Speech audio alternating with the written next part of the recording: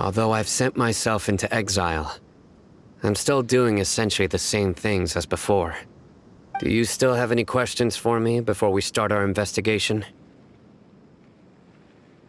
One of my former subordinates told me that this title has its origins in a strange incident. The Academia has long exiled mad scholars to Aru Village. A mysterious phenomenon exists here. When mad scholars first arrive, they are as incoherent and deranged as before. But after spending some time here, they invariably begin to calm down. Initially, the people of Aru Village greatly resented having to take in the mad scholars. But a strange incident one night changed that. Aru Village was struck by the strongest earthquake in living memory. Seeing buildings on the verge of collapse all around him, the then chief of the village was preparing to take everyone to safety. Suddenly, he noticed a mad scholar crouching in a corner, caressing the ground with his hands. A soft, green light radiated from him, like a divine glow against the backdrop of night. Despite the powerful tremors that ripped through the ground that night, all the houses remained upright, almost as if they had grown roots reaching deep into the ground. In the end, not a single building collapsed, and no one was hurt. After that, the people of Aru Village treated the mad scholars with greater kindness, and began to refer to them as the village keepers. The soft green light? A mad scholar protecting Aru Village? What do you make of it, Traveler? Paimon thinks so too. Actually, Sino, do you know if any of the mad scholars continued to wear their Akasha terminals at Aru Village? In theory, they would continue wearing them so the Academia could still monitor their activities.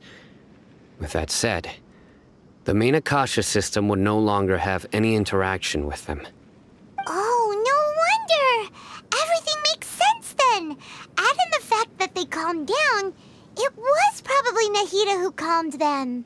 If you are able to draw a conclusion from this one story alone, then it appears you possess much more information than I do.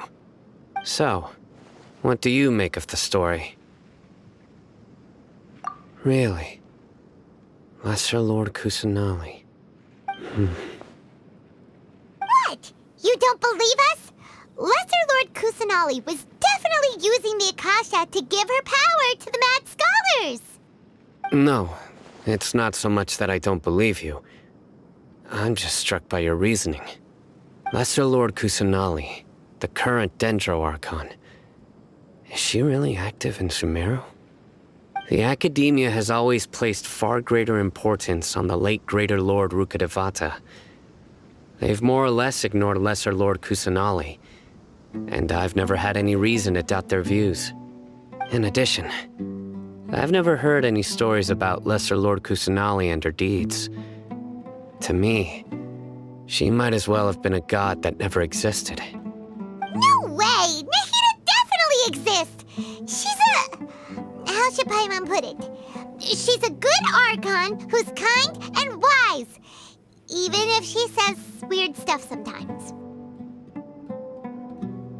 I've spent many years interrogating criminals, so I can easily tell when someone is lying. Good! Then you should know that we're telling the truth! That look in your eyes. I've never seen that from a liar. You two really must have met Lesser Lord Kusanali. How can this be? To think, our Archon has been amongst us this entire time. Alright, now it's our turn to put our skills to good use for this investigation. But easier said than done, especially since we don't have any leads. Maybe we can start by knocking on some doors. Excuse me, are you here to help me find my grandpa? Huh? Who are you? By the sounds of it, a resident of this village. My name is Isak. You'll help me find my grandpa, right? Is your grandpa a mad scholar? Hey, don't say that. Grandpa is just Grandpa. Why do you have to call him that? It's not like he's a bad person or anything. The person you're referring to is not a local, yet you are. Why do you call him Grandpa? Grandpa is just Grandpa. He's my family. I heard everything you said to the village chief. Please, you gotta take me with you. I want to find my grandpa. I swear I'll help. I won't be a nuisance. Ah, so you're the one who was eavesdropping on us around the village chief's house. I was planning to go out and take care of whoever it was, but I had a vague feeling that they didn't harbor any ill intent. Whoa. Ethan wasn't kidding about Matra having sharp senses. Sino, he's just a kid. All he wants is to find his grandpa. Let's find a way to help him. Sorry. I was only listening in because I wanted to know where Grandpa went. All right. But first, let's confirm the facts with Candace.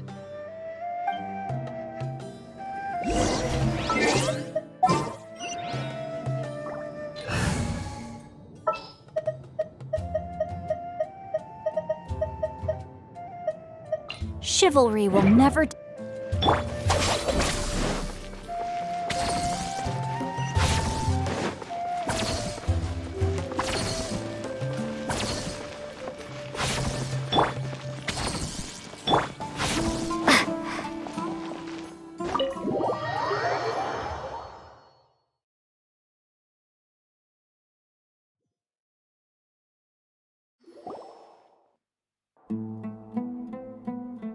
Sino is super vigilant. Is this what all the Matra are like? Ah, you're back already. We just wanted to confirm something with you. Do you know a boy by the name of Isak? I had a feeling he'd go looking for you. Huh? You knew this would happen? Yes. Although he tried his best to stay hidden, I still noticed him eavesdropping outside the window. He really wants to get his grandfather back. Isak's parents were both Aramite mercenaries who rarely returned to the village after finding employment in the city. He was raised by his grandfather. Unfortunately, it was only a few years before his grandpa passed away. Isak was still very young at the time, so various families in the village took turns caring for him so he could survive. Later, an elderly mad scholar arrived at the village. Isak thought the scholar bore a striking resemblance to his grandfather, and thus often spied on the man. However, the scholar was unkempt in appearance and incoherent in speech. Although Isak referred to the man as his grandpa, he was afraid and didn't dare to approach him. One summer night, the oft mumbling and bumbling grandpa suddenly calmed down and seemed to become more lucid. He even noticed Isak hiding in the distance. So Grandpa walked up to Isak and patted him on the head. He even took Isak to the entrance of the village, where he patiently taught the boy the names of the stars and accompanied Isak until he fell asleep. The next morning, Isak woke up and wanted to go find his grandpa again, only to realize his grandpa no longer recognized him. However, even so, Grandpa retained his calm expression. It's said that those who saw the scholar claimed he no longer appeared to be crazy, but appeared to be living in his own world, almost as if he were sleepwalking. Isak was thrilled that his grandpa was able to find peace and would follow him all the time, asking him things like, "Grandpa, want me to take you somewhere fun?" Or, "Grandpa, could you tell me stories about the stars again?" All this somehow just makes Paimon feel really sad. It seems like they both deserve so much better. Perhaps. Nearly everyone who lives in the desert has some form of hardship or regret. But even so, we must still continue on with our lives. It's also my reason for fighting. I must continue to protect this land.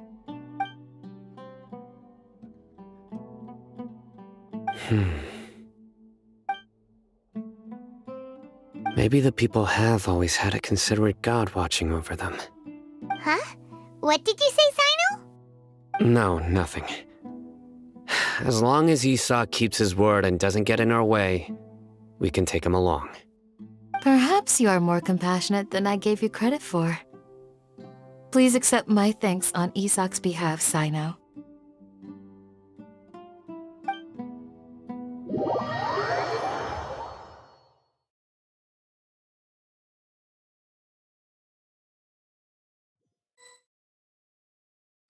Hey, Isak! Oh, it's you guys! We've cleared everything up. Let's go find your grandpa. Really? Wow! Thank you so much! Yeah! All right. Let's ask the local residents some questions first.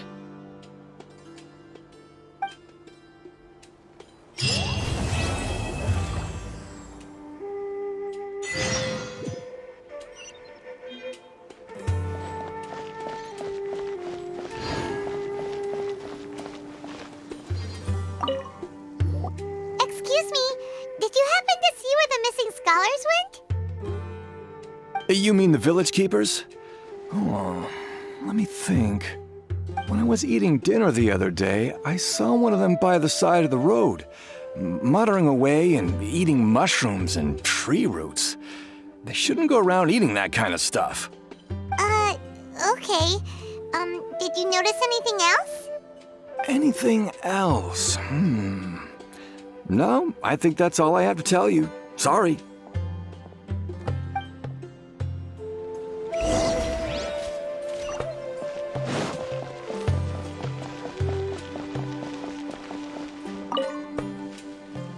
The scholars that have gone missing.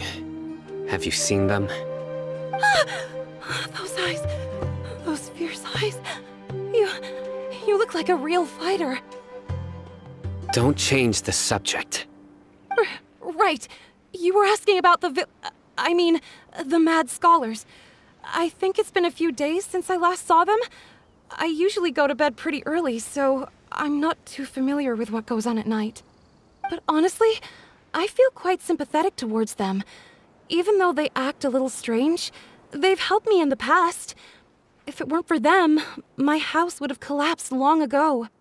Do you also think Grandpa and the others are good people? Grandpa? Oh, hello there. It's little Isak. You mean that nice man who looks like your grandpa's long-lost twin, right? He was actually the one who protected my house. I saw it with my own eyes. He happened to be staying near my house that day and was doing something with his hands on the ground. It still feels pretty surreal now that I think back on it. Did someone teach them how to do that? Well, whatever the case, I'll always be thankful to him and whoever taught him to look out for others. I'm pretty sure that if I ever went mad, I wouldn't be able to do anything like that. Gotcha! Thank you!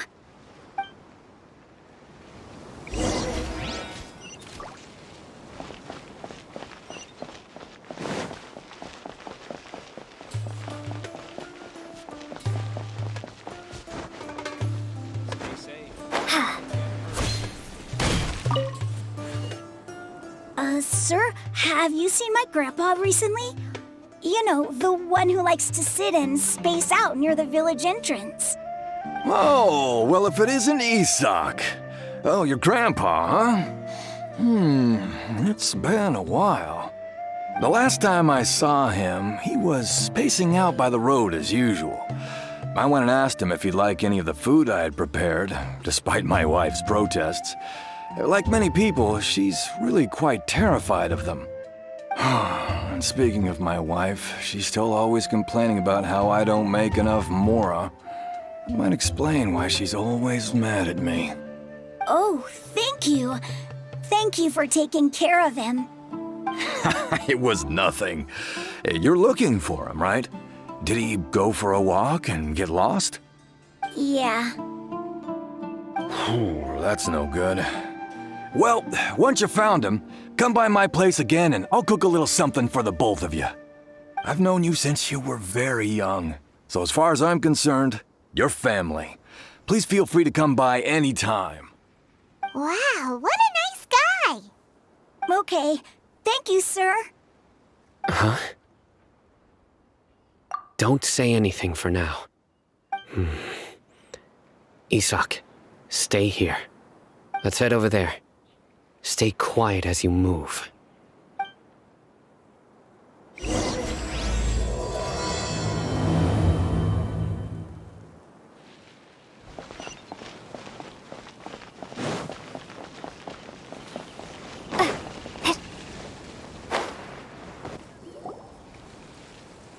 Listen, see if you can make out what they're saying. Have you heard? The mighty Scarlet King, the sovereign of our faith, will soon return to this world. Yes, of course I have.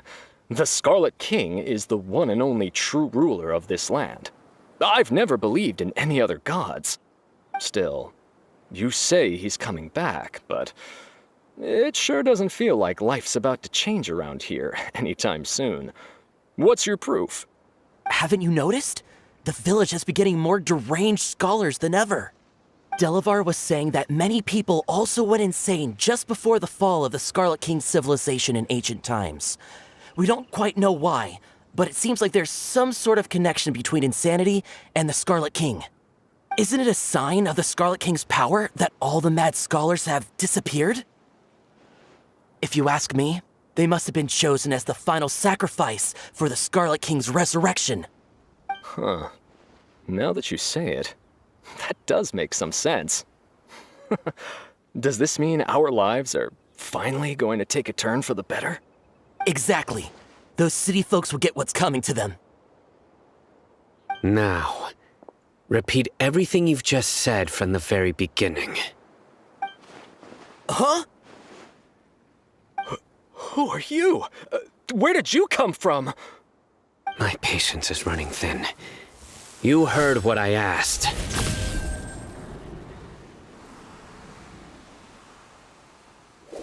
Yeah!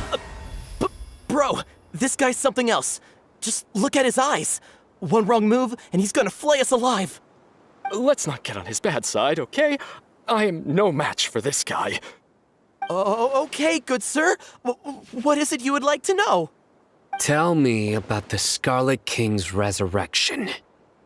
Well, I only know a few things from hearsay.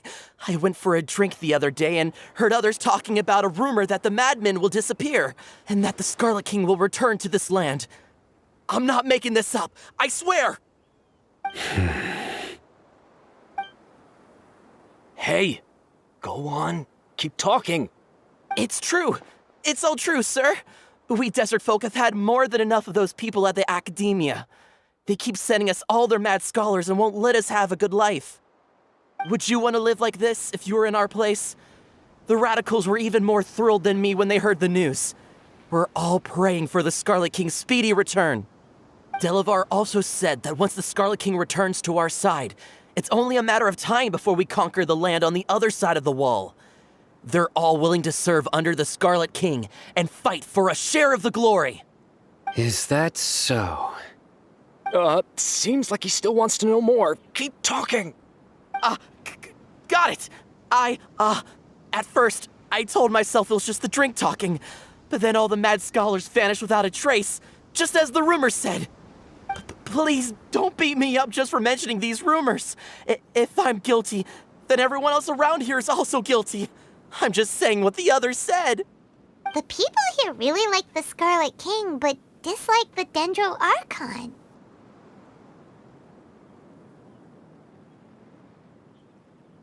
Where is this radical person you talked about?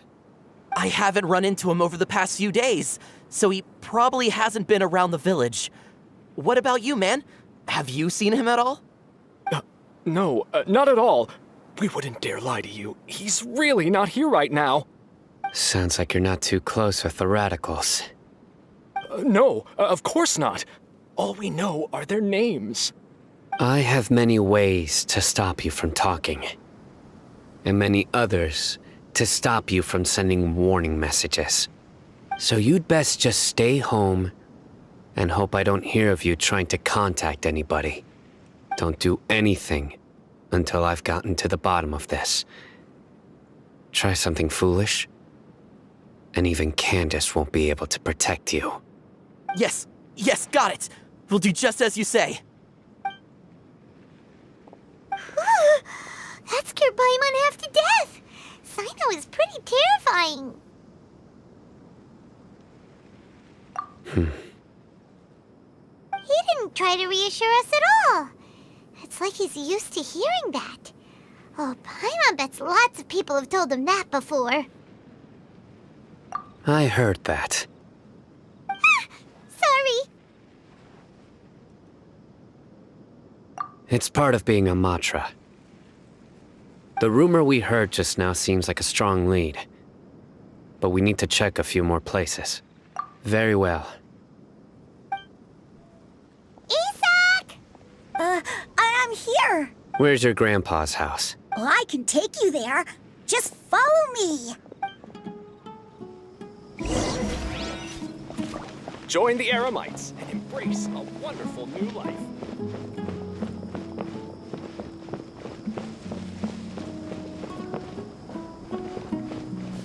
Grandpa? Oh, he likes to be alone. Sometimes he stares at the sky in a daze, and other times he just pokes at the ground with his fingers. Every now and then, he yells out at the top of his lungs, so a lot of people are really scared of him. But he's a good person, really. I know he is. I swear, he's just like my real grandpa.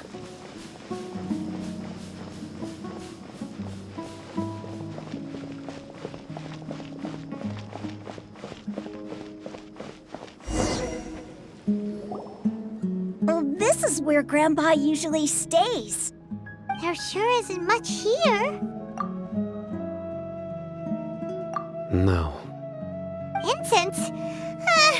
Please don't say it's the same one as before. But are you okay? There's a scent that you can sense, but I can't. A certain traveler here once passed out from that smell. Thankfully, Tainari saved the day. And then he gave us a long lecture to explain all about how it worked. So, you know Tainari? Huh? You know him too? Are you two friends? Yes. Now that I concentrate, I can also make out the scent of incense. Wait, surely Tainari didn't lecture you too? No, no need. Did you first encounter this scent at Tainari's house? In the forest. From a scholar.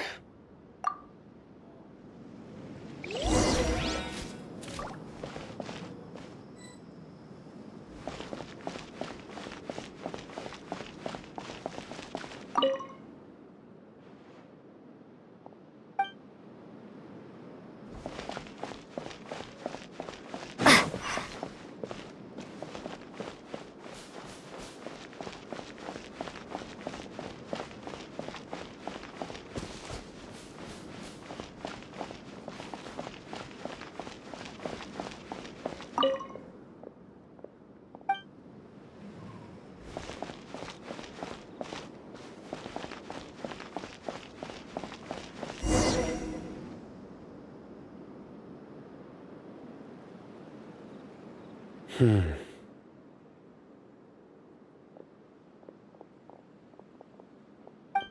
are you looking for, Sino? Here it is. Take a look right here. Paimon doesn't see anything. Although the traces have been completely buried in the sand, there are footprints here. From the size and shape, they belong to an adult male. This pattern is a common one from this area. Local shoes. This was probably someone from the village. The scent is quite faint, but still extant. The footprints head in the direction of the door. But who would come looking for Grandpa? He doesn't have any friends. We'd have to ask whoever lured him away with the incense. Huh? So you can lure someone away with just a scent? Hey, what's wrong with liking good food? Everyone's got something they love in life. Exactly. Most scholars are fond of incense, since the smell supposedly helps them clear their minds and discover new knowledge. Even deep within the clutches of madness, they still yearn for their knowledge-seeking days, and will follow the scent whenever it presents itself. No, Grandpa. So, someone's taking advantage of their weakness? Huh. Still, why would anyone want to abduct all the scholars? Are the rumors really true?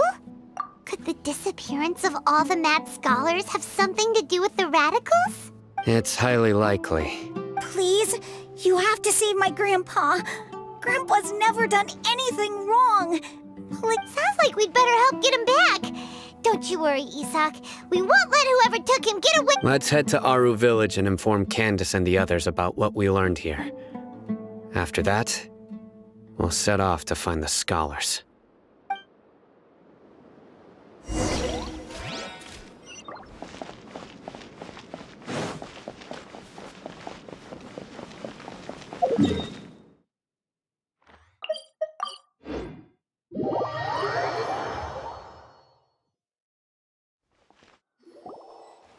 Right. The darker fabric definitely looks a lot better. That'd be my choice, too. We're back, Candace! We've got a lot to tell you. Ah, welcome back. Sounds like everyone's friends already. Oh, Dia's here too! You bet. So, everything goes smoothly? Reasonably. Alhaitham didn't go with you? We haven't seen him at all. Huh. I saw him around the village entrance earlier and figured he was investigating with you. I guess he must have gone off on his own. Did you find out anything useful?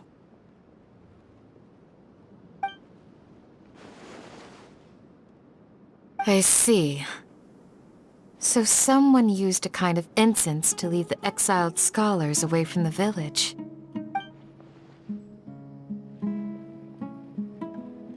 The resurrection of the Scarlet King? First I've heard of it. Far as I know, the kind of incense you just mentioned is only popular beyond the wall. Scholars are fond of it, but as you can see, there aren't many scholars still studying around these parts. No seller would be able to make a profit here. Not to mention, making incense is a labor-intensive process.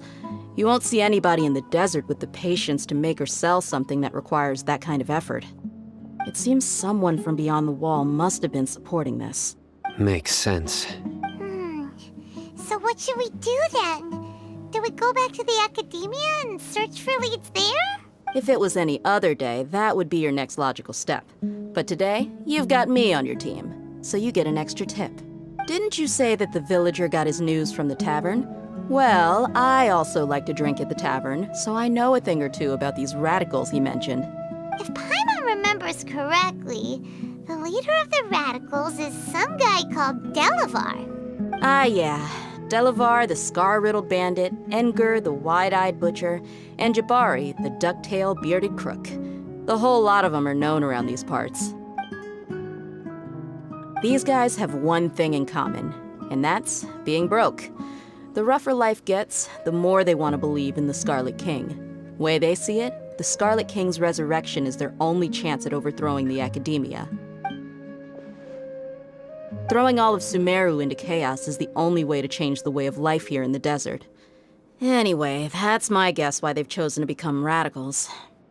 Tia! You're amazing! You really know this place inside and out!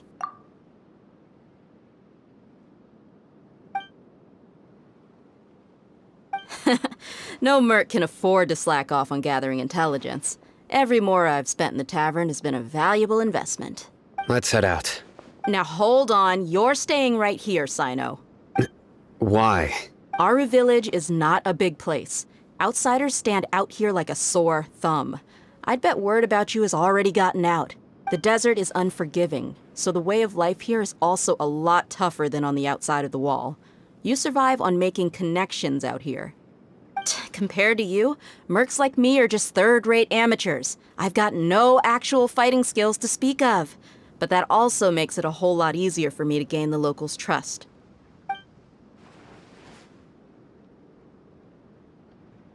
I need to go around and ask some questions, but it'll be difficult if you're with me. Fine. Good, then we've got a plan. The Traveler and Paimon will go to Caravan Rebot with me, and we'll try our best to figure out where the Mad Scholars have been taken. Sign- All right, sounds like a plan.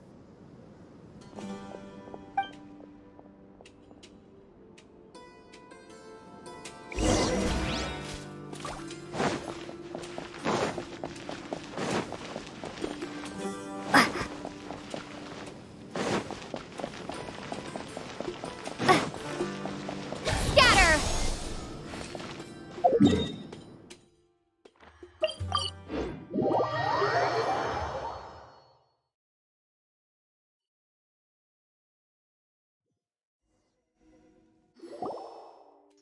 Well, here we are again.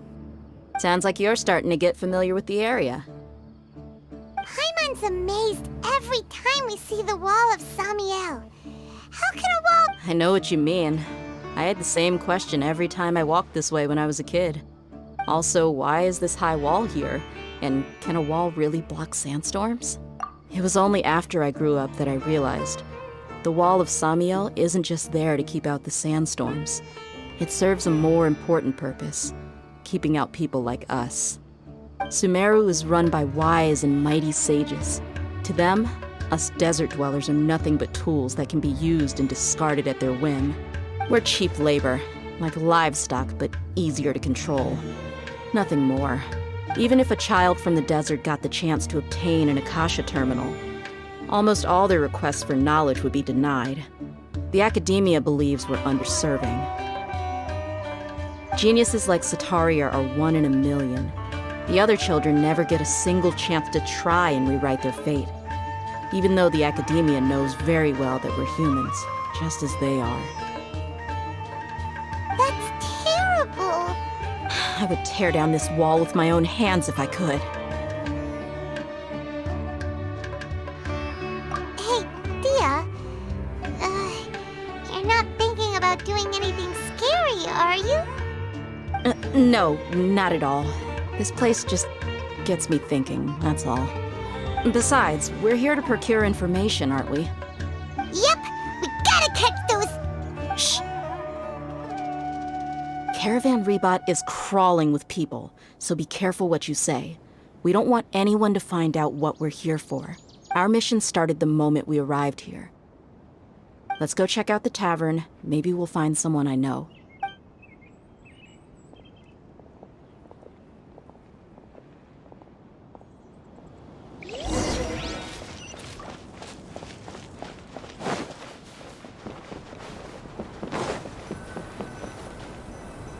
Just our luck.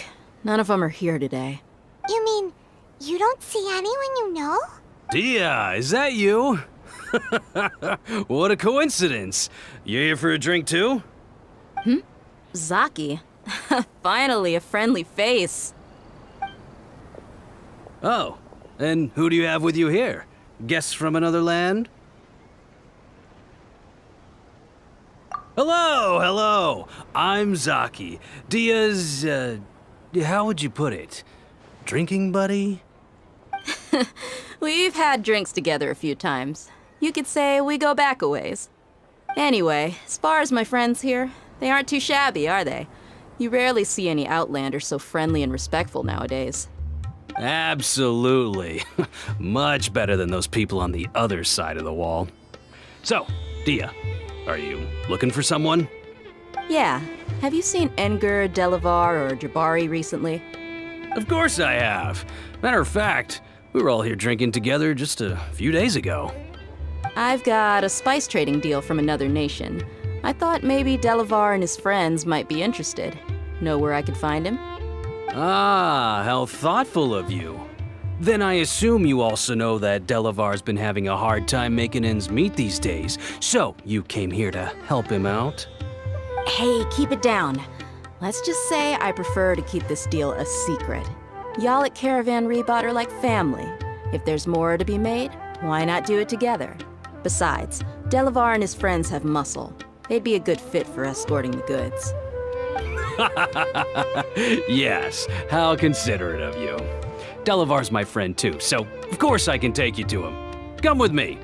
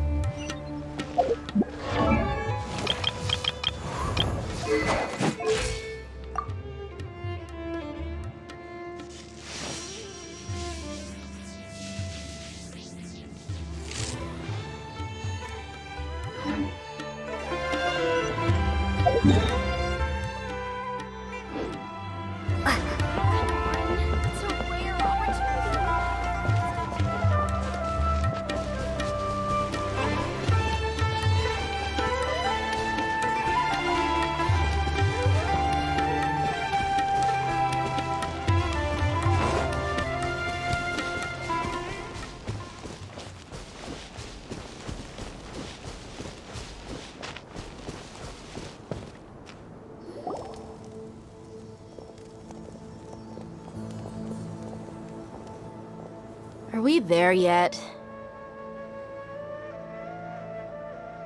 Yep. This place is practically deserted. What are they doing in a place like this?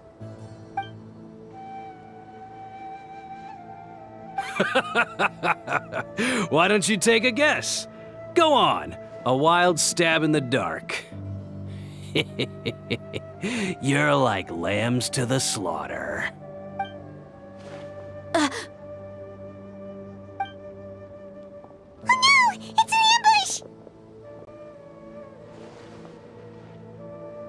ambush! What's this all about, Zaki? Come on, Dia. You really think we didn't hear about what you said back in Aru village? The boys have kept a close eye on you from the moment you set foot there. Not only do I know that you're looking for Delavar, I also know that you've teamed up with people from the Academia to look for the missing scholars. So, you've been watching us from the very beginning? Uh-oh. I knew leaving Sino behind was a mistake! And you left the strongest one in the village, didn't you? Who do you think you are? You really thought we'd fall for your little business deal nonsense? So you and Delavar have been partners all along. Dia, I guess it's only natural for a traveling mercenary like you to be out of the loop. Those of us who hang around the tavern have stronger bonds than you think. But you got one thing right. We're all looking forward to an uprising in Sumeru. There's nothing more we'd like to see than the desert folk overthrowing the Academia. If that's the case, then I'm sure Delavar wouldn't miss a second of it. I'll be honest with you. If it weren't for what you said in the village, your little monologue about the Wall of Samiel would have convinced me that you're one of us.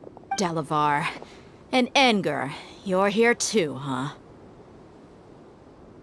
Long time no see, Miss Mercenary. You should have known the traitors are what us followers of the Scarlet King despise the most. Dia, I thought that you, a fellow desert dweller, would understand that the Scarlet King is greater than the Dendro Archon. Little did I know, you don't deserve to join us. Yeah, gee, what a missed opportunity. Adopting radical views and kidnapping innocent scholars, all because of some baseless rumors. Anything else I'm missing out on? See? There you have it. Mercenaries are just a bunch of faithless scum with only one thing on their minds. Mora. Pathetic. You're all like a pack of street rats. You're not wrong. Mercenaries are driven by Mora, and my faith lies with whoever's paying me. As long as there's a profit to be made, anyone can become my friend. Enough talking! Get him! Just as I expected. Let's teach him a lesson, traveler. A new Stand punch. with me! Germinate!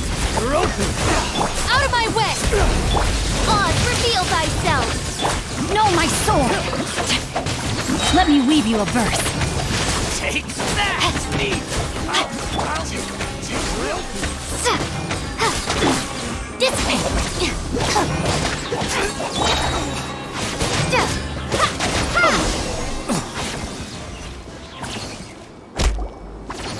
Impossible!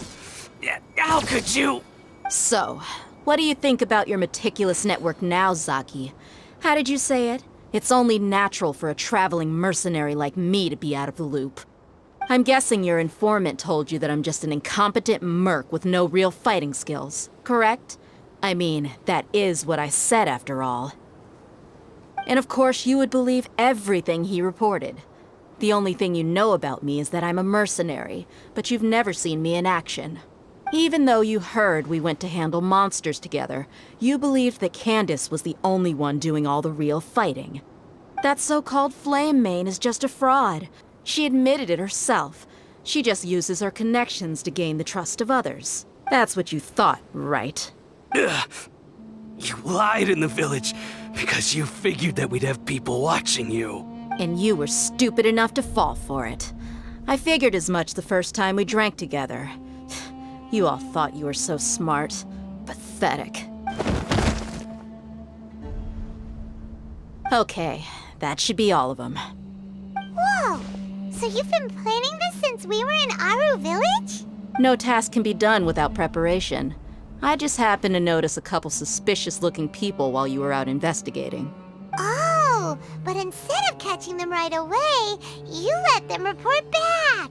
Those two who were snooping around were just a couple small fries. If we want to get the real catch, we have to be patient and give it some time. Oh, you mean the funny name she mentioned back in Uncle Ampu's house? The wide-eyed butcher, scar-riddled bandit, That's just a bunch of drunk talk. Edgar and Delavar like to talk themselves up when they're drinking. Edgar, the wide-eyed butcher, and Delavar, the scar-riddled bandit, are the nicknames they came up with for themselves. Alcohol has a way of making people share what they really think. So Edgar and Delavar are always rambling in the tavern about how the Scarlet King is a superior deity. What about Zaki? He's just a numbskull who fell right into our trap. Zaki was probably the best hidden of them all. My initial plan was to find Delavar first, and then try to track him down. That's what you wanted to ask when we were at Uncle Anpu's house, right? Jabari is one of the villagers you talked to. You know, the one who wanted to treat Isak and his grandpa to some food. Wait, so he's a radical too? No, he isn't. I just needed to tack on a random villager name to make the eavesdropper think that I was making some wild guesses based on my impressions. Wow, what a genius idea! Well, that's an expert mercenary for ya. Ah, you're too kind. It was straight from the usual playbook, if I'm honest. So, that thing you were saying before, is it really true? About what? About how mercenaries only care about Mora, and that anyone's a friend as long as there's a profit. Does that bother you? What makes you so sure? Dia, do you dislike the Dendro Archon like the other desert folk? You two are pretty sharp. No, I don't have anything against the Dendro Archon. I've heard a lot of nice things about the Lesser Lord from Dunyarzad. I can understand her devotion and gratitude. Dunyarzad's just an ordinary person. There's no way a god would be so involved in the lives of everyday people, unless they were truly compassionate. I've begun to realize that the sages are behind everything that's happened recently. The radicals' blind belief in the Scarlet King, making the Dendro Archon out to be an enemy. It's all the academia's trickery. But I see through it all. And unlike them, I can never be hostile towards anyone who's never done anything wrong. Dia. Anyway, looks like we're done with business here. Traveler, lend me a hand. Let's tie him up and bring him to the village.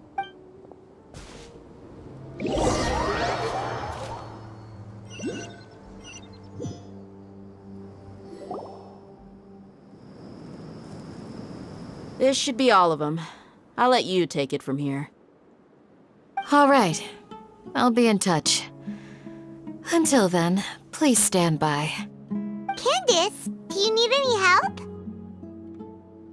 Candace will be okay on her own. I trust her, so you can too. She's been guarding Aru Village for quite some time now. If anyone is qualified to question the offenders, it's her. While I'm questioning them, why don't you pass some time by exploring the area? I'll meet you back here tomorrow morning, Traveler. As for these idiots, let's just hope they live to see another day.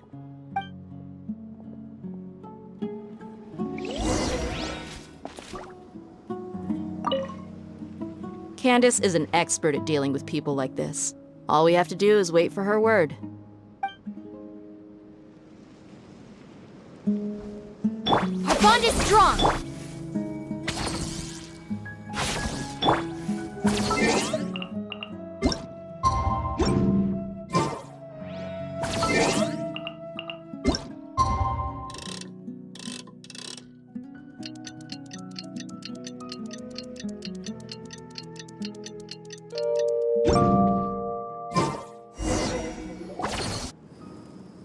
Hey, Dia! Right on time. Paimon's been wondering. You seem to know Candace pretty well. We've known each other for some time now. She's a pretty interesting person. Even though she's an extremely strong warrior, she never misuses her powers against others. Oh, Paimon knows what you mean. Like a lot of martial artists say, never take the fight outside the ring. Yep, I guess you can put it that way. It takes strong convictions to be as dedicated as she is, and shoulder that kind of responsibility. Us mercs, on the other hand, we pretty much live from one day to the next. Well, Paimon thinks he... Really? Thanks for that. Oh, Sino's here, and he's pretty early, too. Yes, I was here yesterday to help out a little. To help out? By doing what? Sharing some interrogation tech. Oh, you mean you taught Candace some more persuasive methods? Right. Come on in, everyone. Come on, let's go inside.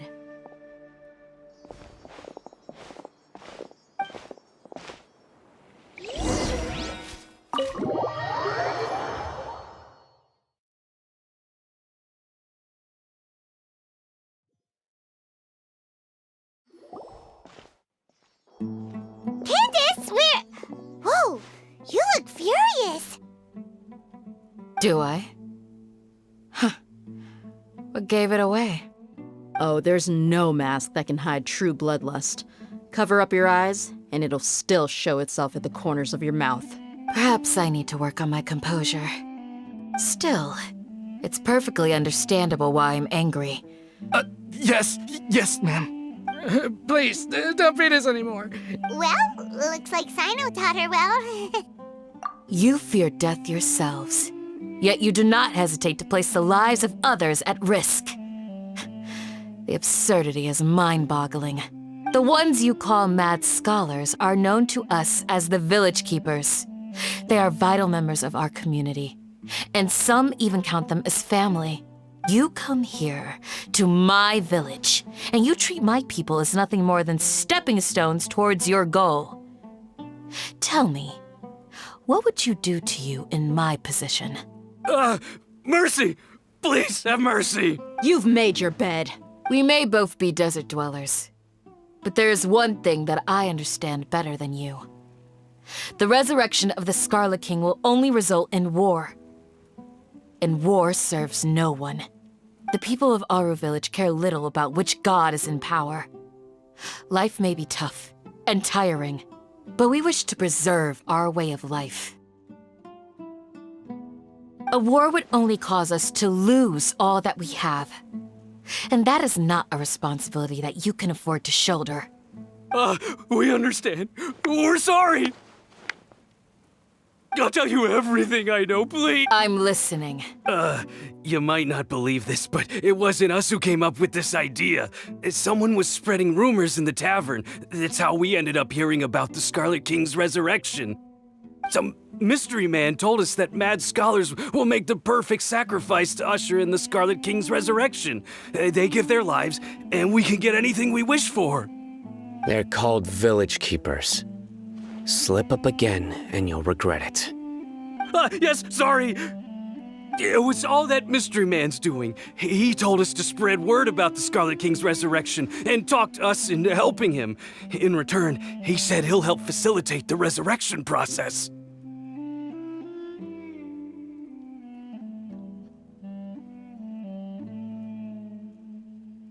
I'm not sure. That's one. Huh? One what? Strike. You get a total of 3. Then, you die by my hand. Wait, I'm telling the truth. We don't know anything. It was all him. 2. He got us to lure them out of their houses in the night with some kind of incense. We take them to a junction outside the village. Then the mystery guy takes them from there. You gotta believe me, please. I'm telling the truth, I swear. That was indeed the truth. Traveler, go on.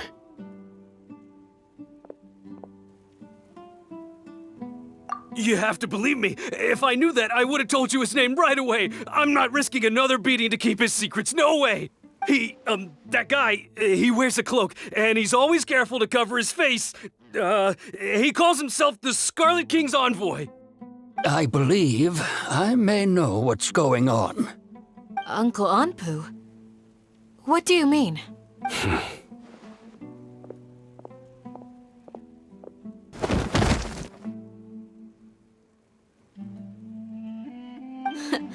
Smooth. Okay, speak. If my suspicions are correct, this mystery man they speak of could be from the Academia. Some time ago, people from the Academia attempted to take the village keepers away. I refused, insisting that they are part of our community. It strikes me now that this secretive character shares the same goal they had. Which means it's highly likely that the Academia was purposely spreading a false rumor to trick the radicals into delivering the village keepers right into their hands. They were the ones who brought them here to begin with. Now they're trying to take them back? We aren't gonna let that happen. Not the Academia again. Just as I thought.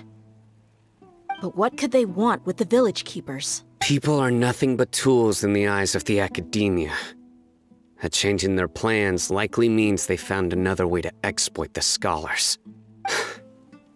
Regardless, our top priority now is locating the village keepers. You're right. Isak is still waiting for news on his grandpa. Time to go. Let's leave the village and try to track them down. Yes. Pack up and get ready to leave. You got it. Candace, I'll let you deal with the radicals. Leave everything outside the village to us. All right. Let's meet back here once everyone's ready.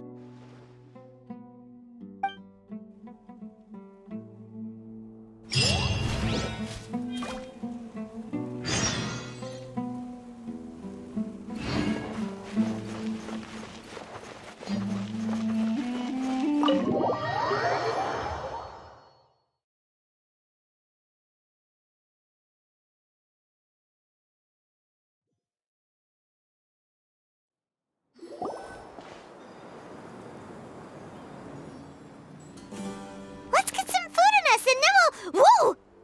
Where did you come from? Well, as you can see, I am merely sitting here and reviewing what we have deduced thus far. You were gone for ages, and now you're suddenly sitting here musing to yourself? Where have you been anyway? Hey, what's with the silence? You never think things through before asking questions. I'm giving you some time to make up for that. Paimon's so mad! Paimon's gonna give you an ugly nickname! Never mind. Paimon's got nothing. There's just nothing super obvious to pick with this guy. It makes it so hard. Well, you've heard nothing to suggest I left this whole time. So clearly, I stayed in the village to investigate. Anyway, you plan to leave Aru village and keep searching for the truth of this matter, yes? Yep. We're not gonna find out anything more by staying here, so we thought that we might as well take the search elsewhere.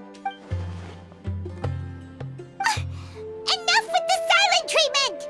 No. I'm just surprised that you decided to team up with him.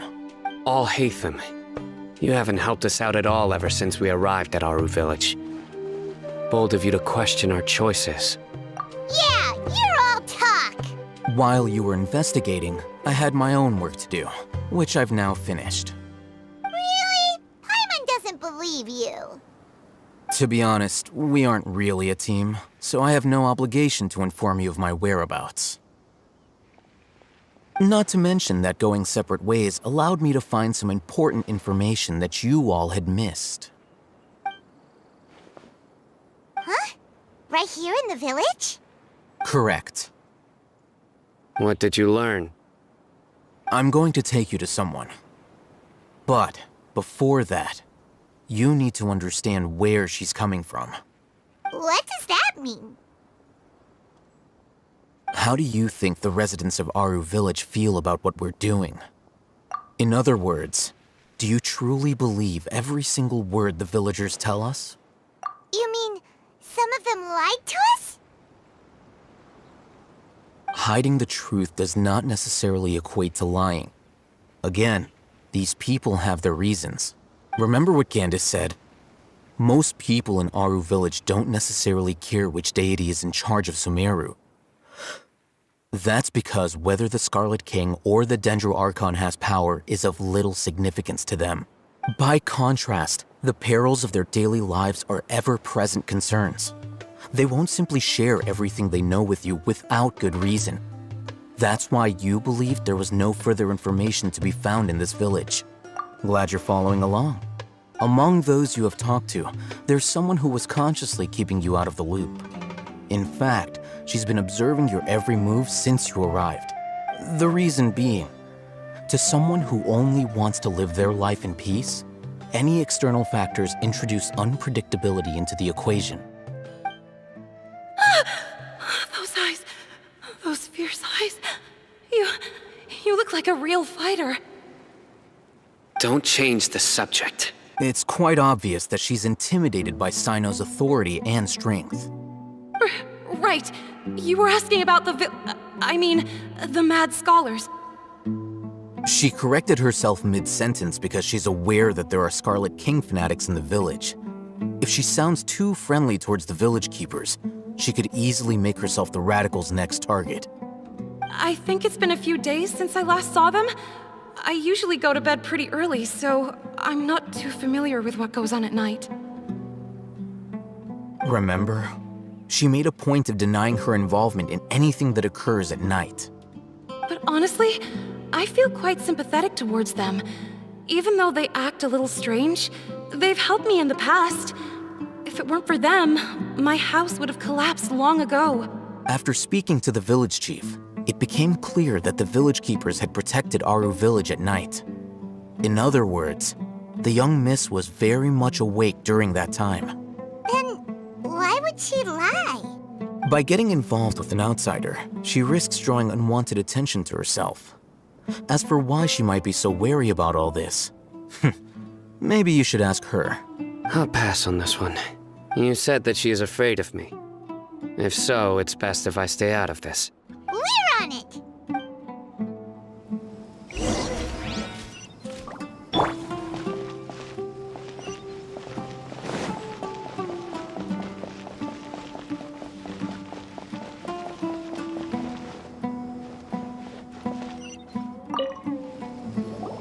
Miss Shawnee, as we discussed earlier, I've brought someone with me. Mr. Alhaitham, I'm aware of where you stand, but how can I make sure that your friends think the same as you? Huh? What do you mean? Go ahead and talk to her. You'll get the answers you want. Go on. Earn her trust. Is it really that simple? May I call you Traveler? Hi, Traveler. I want to ask you something. Do you think the resurrection of the Scarlet King can truly change Sumeru for the better? Why's that? That's very similar to what Miss Candace says. I know you two are friends. That's why I'm willing to talk to you, even though I do have some reservations. Before, I wouldn't even have the courage to ask something like this. Traveler, do you believe our lives will get better? Yeah! We came here from another nation, so it isn't wrong of you to be weary. And we aren't really residents of any one nation.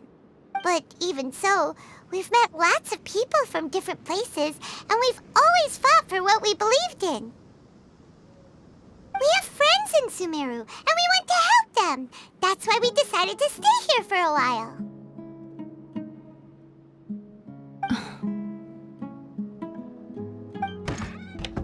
I want to trust you. My apologies for posing my questions like that. To be honest, I didn't expect you to come back for more information. Al-Haytham told us you have your reasons. It's okay. We understand. The fact is that only one side of my family is desert folk. I don't really fit in anywhere in Sumeru. Some believe in the Dendro Archon, while others believe in the Scarlet King. I don't belong to either side. Speaking of which, the radicals mentioned that they despise traitors. Do they just think that anyone who's different from them is a traitor? Yeah. Some people can be so narrow-minded when it comes to bloodline and beliefs. It makes no difference what I say or how I behave. I'll always be suspected of having ulterior motives. Slowly, I just stopped talking to people. I pretended not to hear or see anything. All I want is to live my life in peace. And then it happened. The village keepers who had helped me disappeared with no explanation, and I didn't dare breathe a word about it to anyone. Until now. You can tell them. I'm sure she'll keep your secret. All right. I'll tell you what I told Al-Haytham. I actually have a sharper sense of hearing than most. Sometimes, I hear strange crying sounds in the night. There are ghosts? Perhaps. I'm not sure. It's faint, but it's definitely the sound of crying. It comes from far away in the distance, and always carries very raw emotion. It used to be louder and more frequent, but ever since you arrived in the village, it doesn't seem to happen as often, and when it does, it's much quieter. I have to focus really hard to make it out. I confirmed this with the guards on night duty. They also have someone with a good ear, and he's heard similar sounds at night. But, because we're in the middle of a desert, he would rather believe that they are the cries of beasts than ghosts. There's really nothing around these parts, except for an old hospital not far from the village. I think they used to use it for treating Elazar, but it's been abandoned for years. Yeah, let's go!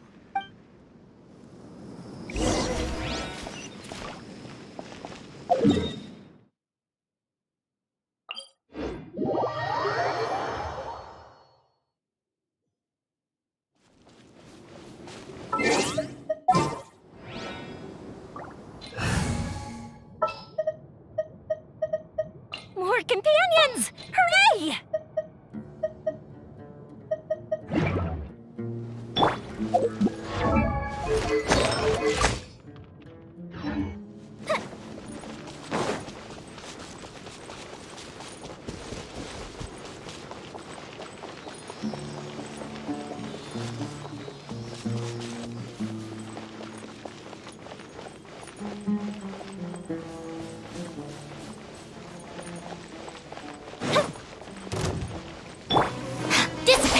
Sounds good to me.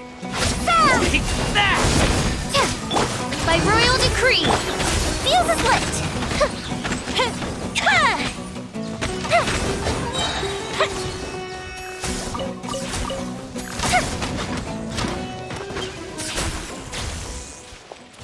Our bond is strong.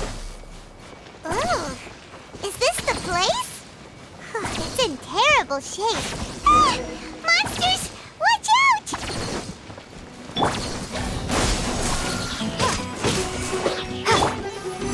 Oz, reveal thyself! Dissipate! I'll settle this! Spring forth! As you wish, main Fräulein.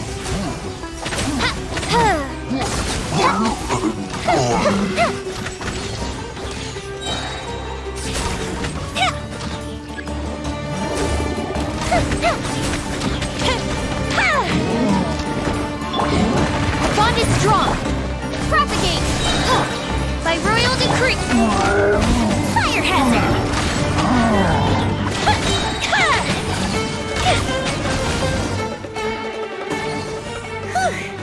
They were easier to deal with than Paimon had expected. Super strong bandits? Or monsters taller than buildings dropping out of the sky? Or, something like that. He looks super serious. We gotta stay on our A game too. This is the one.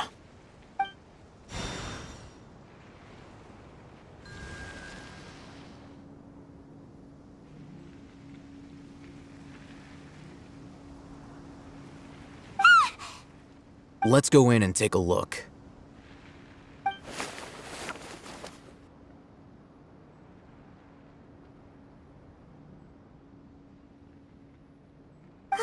Hey, we haven't found squat. Are you sure we aren't wasting our time here? Patience. Shawnee says she only hears the crying at night. We have time to burn. Until then, I'm taking a break. And just like that, he sits down. Wait, he even brought a book to read? What are you reading? Let Paimon see! Okay, sure. Huh? The natural position. So, you got that? Oh, Paimon gives up. You keep reading your book. See ya! How is he so relaxed? Look at him, reading an impossible book in a creepy place like this. Hey, what good is that gonna do for you? You're acting like one of those annoying grown-ups who go around nagging people to focus on their studies. Hey, what gives? Shouldn't you be the one providing for Paimon? Oh, right. Okay then. Thank you for working so hard and earning so much more. If it weren't for you, Paimon would probably still be floating around in the ocean somewhere. Thank you.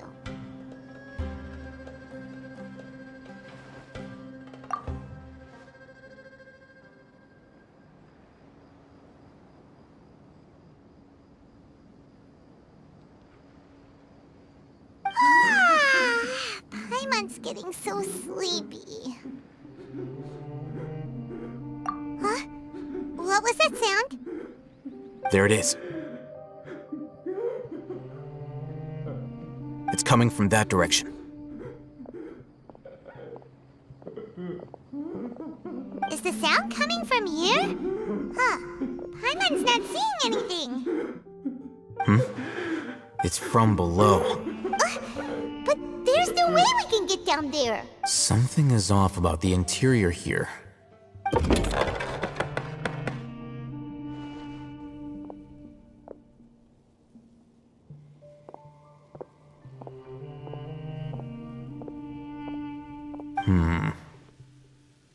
As I thought, there's a hidden structure. Wow. It's like they tucked another hospital into this one. Oh, it looks like there are other mechanisms around here. Let's keep exploring.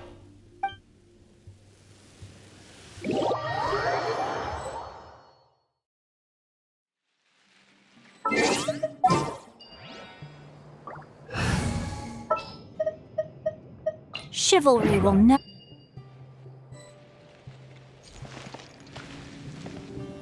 Stand with me!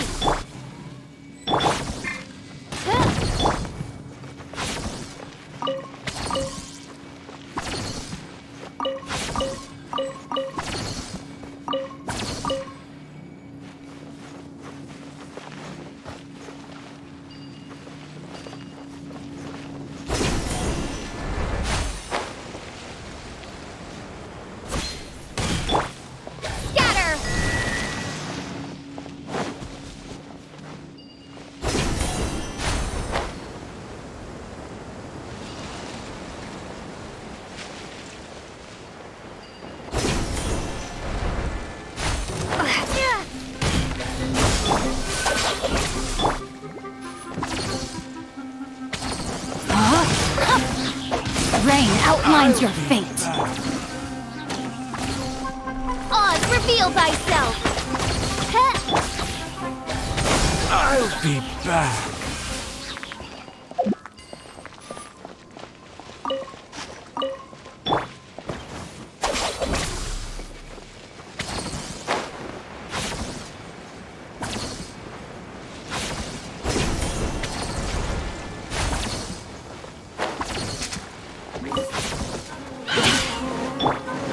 Germinate! Ha! Out of my way! Our bond is strong. By royal decree. Witness the power of Guwa. Rain outlines your fate. Propagate! Dissipate! Scatter!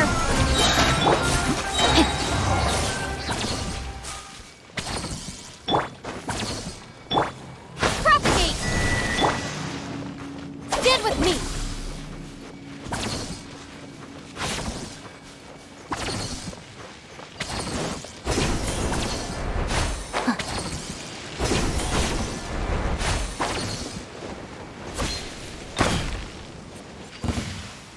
Dissipate!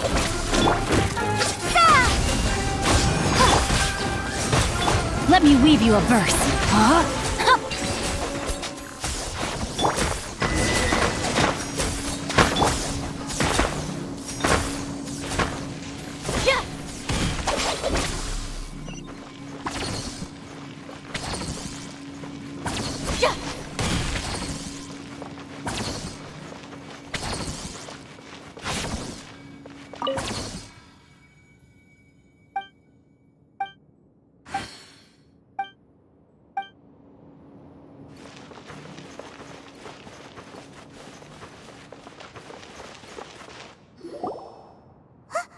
Look!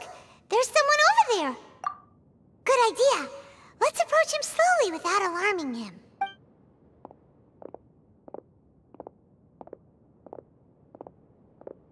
Wait.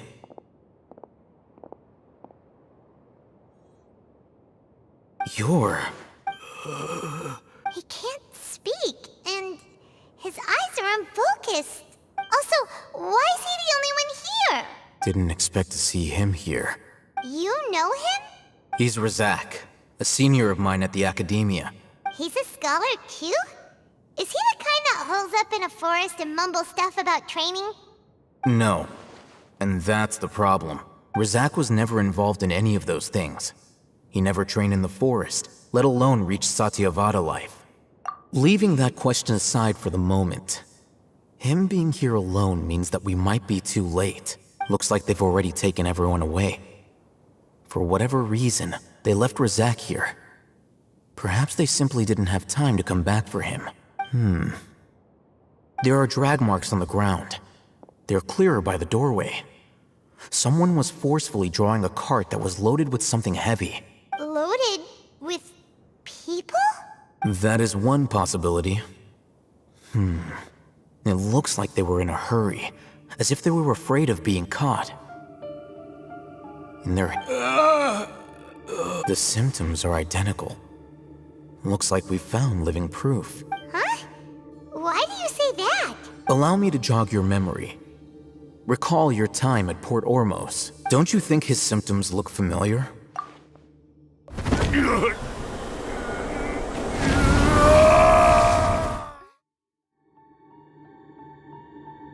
Oh, now that you mention it, they're acting the same way. Correct. The Academia is behind all of this. It isn't difficult to deduce their rationale. First, the Academia spread a false rumor of the Scarlet King's resurrection, emphasizing the role of the village keepers, the mad scholars who were exiled to Aru village. These rumors were all the persuasion that the radicals needed, and those based in Aru village leapt into action. Unbeknownst to them, of course, through rounding up the scholars, they were actually helping the Academia. As well as being able to exploit the radicals for their own ends, this scheme has one further advantage to the Academia. All the risks and responsibilities are offloaded onto the Scarlet King's followers. Life for the desert dwellers has been brutal ever since the Scarlet King's death all those years ago. Beneath the surface, feelings of desperation are widespread. Many would give everything they have for the prospect of something better. Anyone looking to exploit that for their own ends simply needs to make a few empty promises. Even if complications arise, people will see that those involved are all followers of the Scarlet King and look for no further explanation than differences of belief. A deep-seated mistrust of the desert and everyone in it by the rest of Sumeru will make sure of that. The notion of an academia plot wouldn't even cross their minds. It may seem like a simple strategy, but it is able to work wonders under Sumeru's current circumstances. Oh, that makes a lot of sense. It's in line with the village chief's theory, too. But there's still one very important question. Wasn't it the academia that brought the scholars to Aru Village in the first place? Why does it want them back now? Throughout this process, one thing has changed. The scholars' identity. First, they were scholars.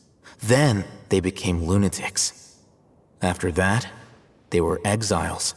And finally, they become missing persons. An exile is still patently a living, breathing human being. But when someone becomes a missing person, that is brought into question. If you can't find someone, you have no way of knowing what exactly happened to them. That makes missing people an ideal resource. Resource? For what exactly? One possibility is that the information in their brains could be extracted into knowledge capsules. Extracted? You mean canned knowledge comes from people's brains? With the technology of the Sumeru Academia, it's entirely possible. Perhaps the process caused them great suffering, which is why they cry out in the dead of night when no one is watching them. So, the human brain... Nope, nah, Hyman doesn't want to think about this. I'm the Academia scribe, after all. I'm familiar with their projects. Anyway, judging by Razak's state, the contents of a divine knowledge capsule were extracted from his mind. But something went wrong in the process. Or perhaps his curiosity got the better of him, and he used such a capsule for himself. Hyman's a little confused. Can they just use anyone's brain?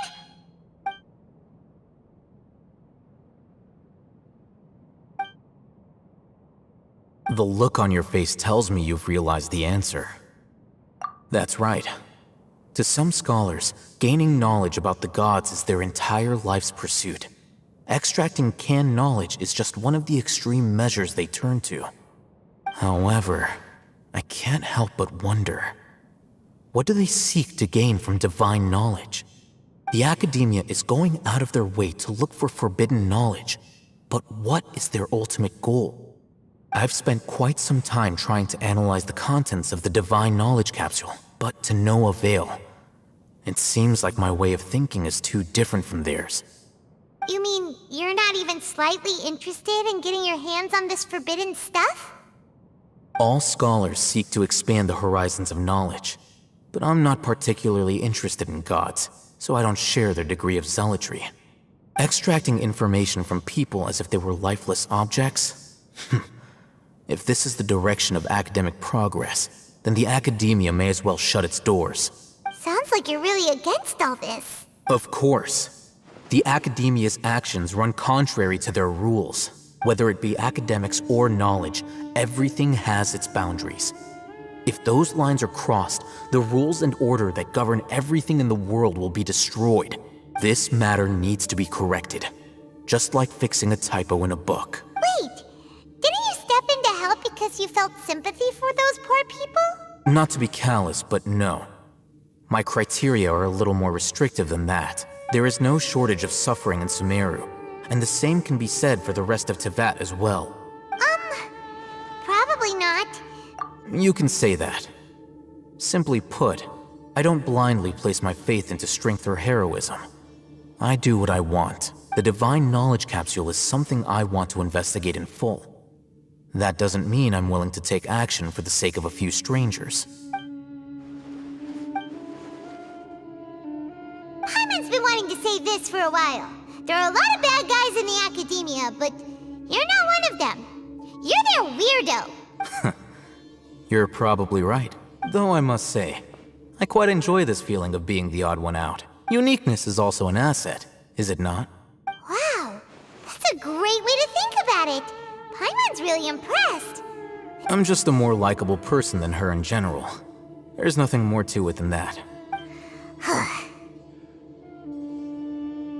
He won't last long if we leave him here. Let's take him with us. We'll work out our next step after we return to Aru Village.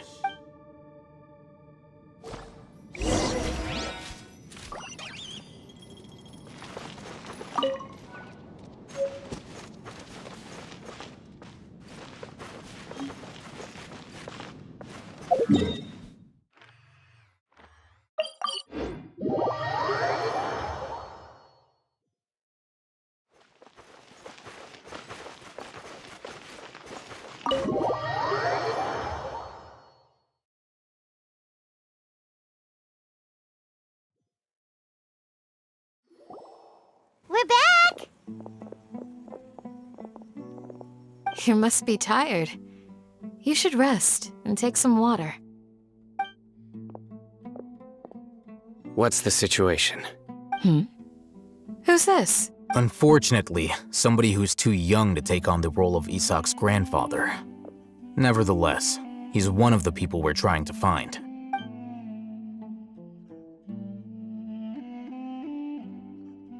So, at one point in time, the abandoned Elazar Hospital served as the Academia's site for extracting divine cant knowledge.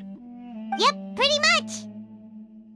Their plan must have been implemented at some point before we arrived at Aru Village, since divine cant knowledge has been in circulation for a while now.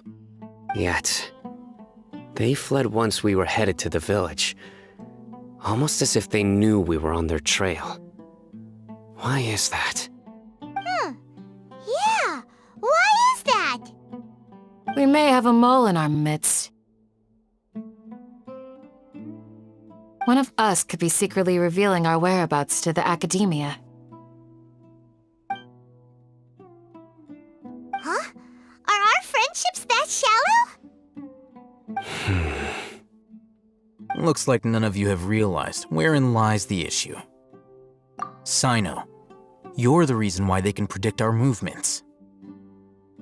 Wait, what's that supposed to mean? Choose your next words very carefully. It is simply a logical inference. I have my reasons. So what you're saying is, Sino's the mole. Interesting. And here I thought you were the most suspicious one, Alhaitham, since you were always acting alone. I know. You have a point, but I realized something as we were returning from the hospital. Sino isn't like any of us. What are you trying to say? Do you still remember who you are, General Mahamatra? As a Matra, you are no doubt privy to certain kinds of information. Before you can take action against someone, you are required to have all the facts available, including the less than savory details. Simply put, the Academia has traditionally allowed you access to a wealth of sensitive information. Knowing their modus operandi, wouldn't you expect them to take precautions against you? If you want to raise a vicious wolf, you need to make sure that you can avoid its bite. The Academia is monitoring me? It's not that simple.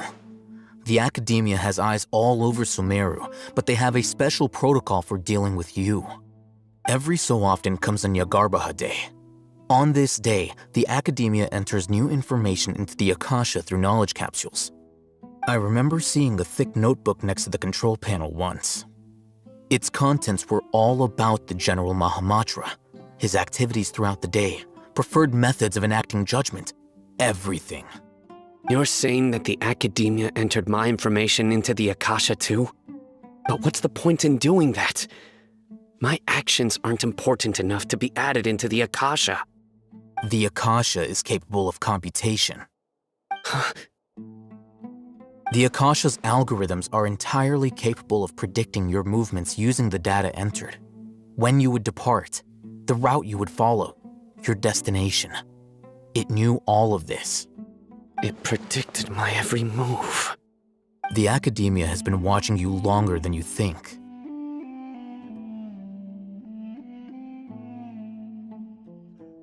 So that's how it is. Sino adheres to his principles so strongly that he's actually a thorn in their side. Tenacity of will and steadfast faith are worthless to the Academia. They need scholars who are easily pliable and mindlessly go after anything they can profit from. Sino, don't take it to heart. This just proves how much of a trustworthy ally you are. They escaped because of me. Don't blame yourself. It's not like any of us would have known. I have an idea. If they predicted my movements, then I might be able to guess where they went. Whoa, you bounced back fast. There is always an opportunity for safety after danger passes. Oh, so that's how it is! Paimon gets it now! If the Academia is trying to avoid Sino, then the safest place would be... Yep, that's right! They'll want to proceed in the direction opposite of where I'm going.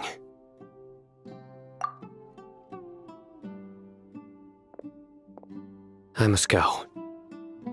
There's also something I want to investigate. Let's go, guys! After him! Please, wait! I want to go too! You want to go too? If so, you have to promise you'll stay safe. I want to find Grandpa. I promise I'll be careful and not cause any trouble. Everyone, I leave him in your hands.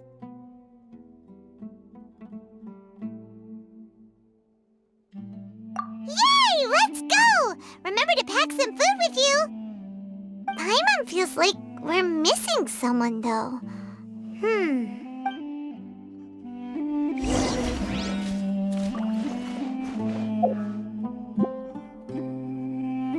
I'll be awaiting your good news.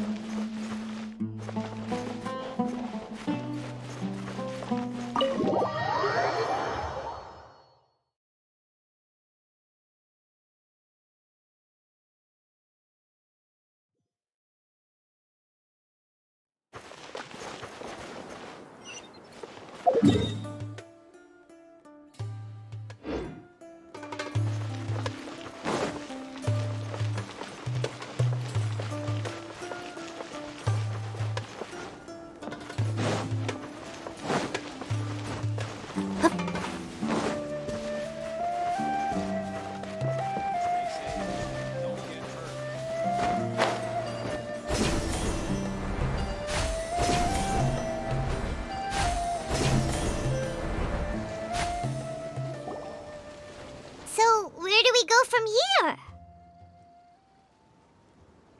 Yes. After leaving the village, we should head straight toward the desert.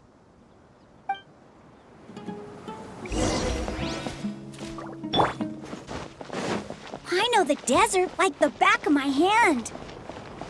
Is that because you play here a lot? Yep. One time, Grandpa almost got lost in the desert, but I was the one who brought him back.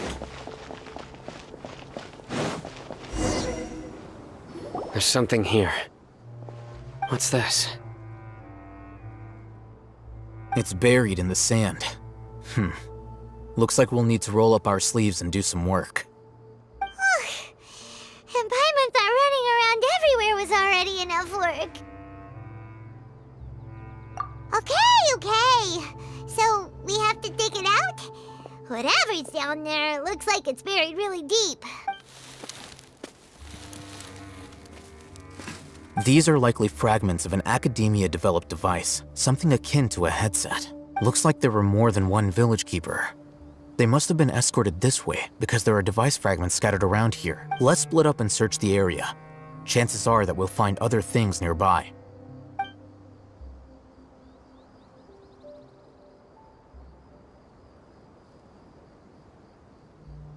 Is this what we're searching for? It looks kinda scary. This is definitely a device used to extract divine knowledge. How did it end up buried in the sand?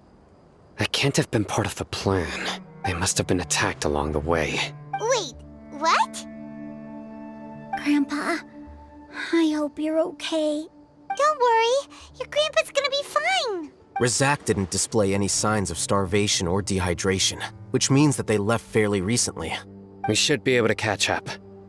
One more thing. Given that the device had been entirely covered by sand, I believe the attack must have happened prior to the sandstorm. Let's keep going. They can't have gone far.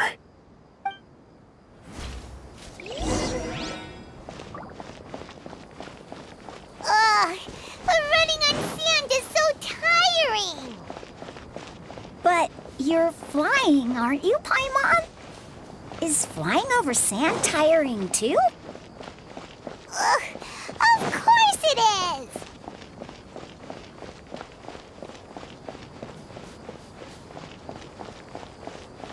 Voices, over there.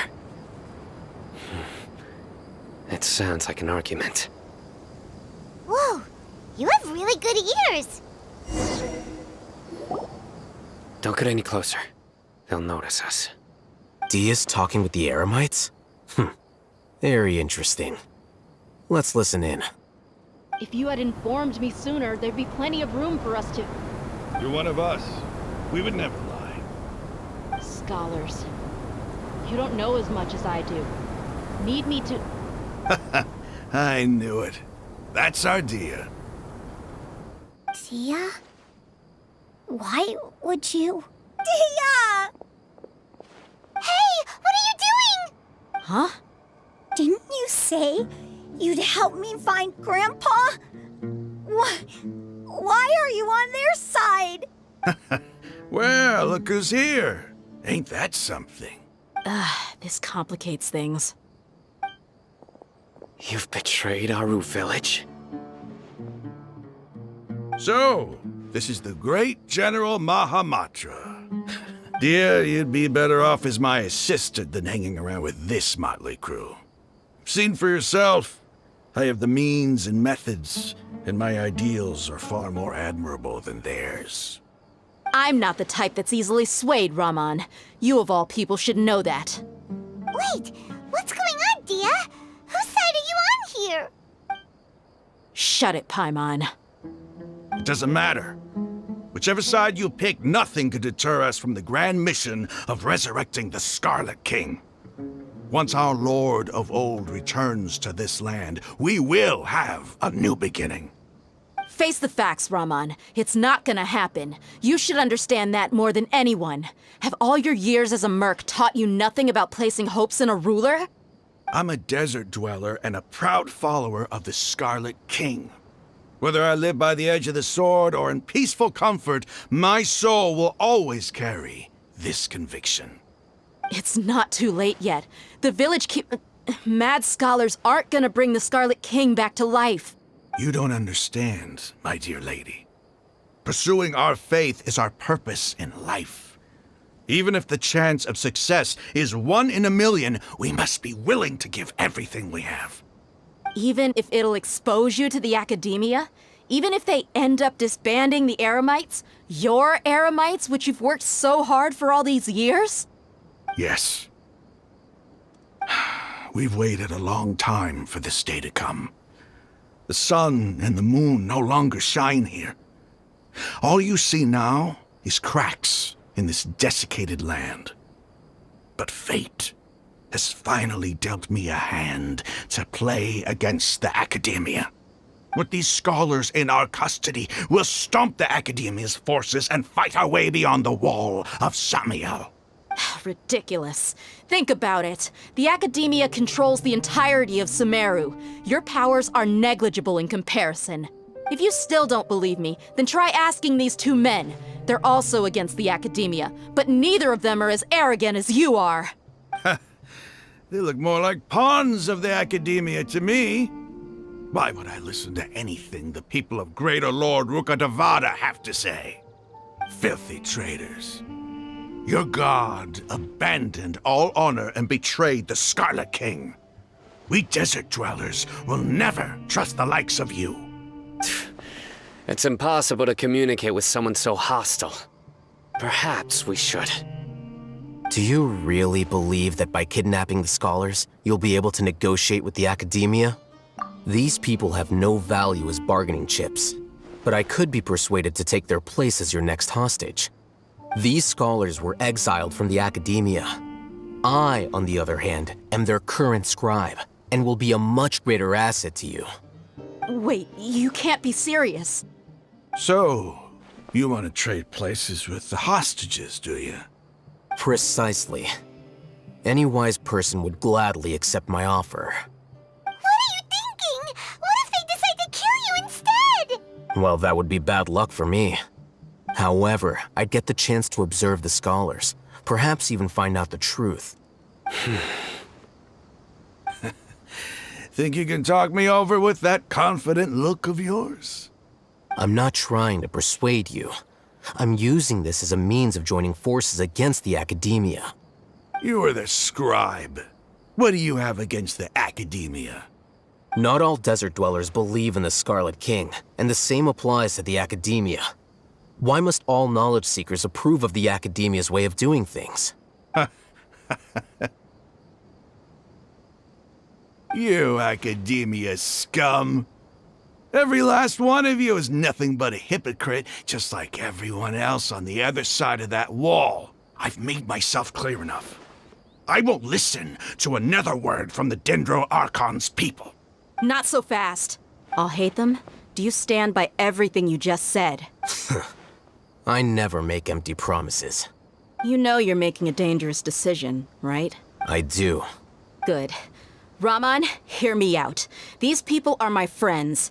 Maybe you can't take the followers of the Dendro Archon at their word, but what about me? Do you trust me? We've known each other for years. Of course I do. In that case, I'm willing to vouch for their honesty with my right arm. Come on, Raman, don't be a coward. If you're serious about taking on the academia, you need to steel yourself. You can't be afraid. An arm from the Flame Mane. You've piqued my interest. But what if you refuse to oblige? What should I do then? No one's a fool here, Dia. We're mercs. And mercs don't tend to live long unless they have their wits about them. You're not wrong, but this is different. I promised my friends that we'd bring back the village keepers together. Let's do it right here then. Give me your right arm as proof of your resolve. Don't listen to him! He's not even trying to negotiate! He just wants to make things more difficult! That's fine. Are you crazy? We came here to save lives. One arm for that many people is still a pretty good deal, if you ask me. Raman, I'm holding up my end of the deal here. You'd better not let me down. Sure. Go ahead and cut off her right arm. No! Dia! What are you gonna do? Think of something! You don't have to go this far. That's not for you to decide. Do it! Dia! Run!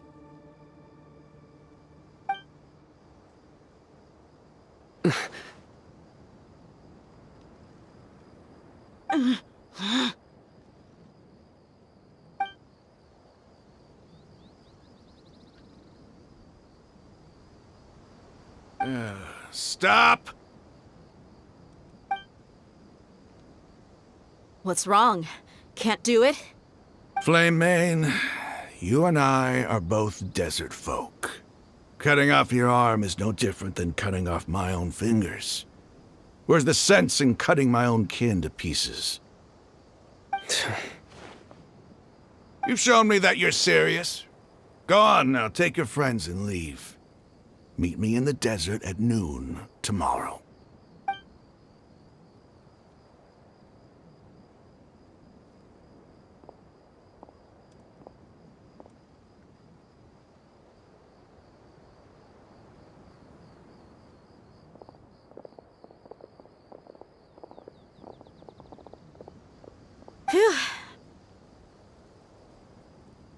I was really counting on him not going through with it. Dia! That was crazy! Have you all lost your minds? What if he'd actually cut your arm off? Then I'd just have to hold my claymore with my left arm. Okay, I'm sorry. But sometimes when you're out on a limb, you gotta double down to seal the deal, you know? Don't ever make a promise like that again. I can deal with the likes of them. If it came down to it, you would not lose to them either. I don't doubt it, Sino. But this is about more than me and them. There's a lot more where they came from.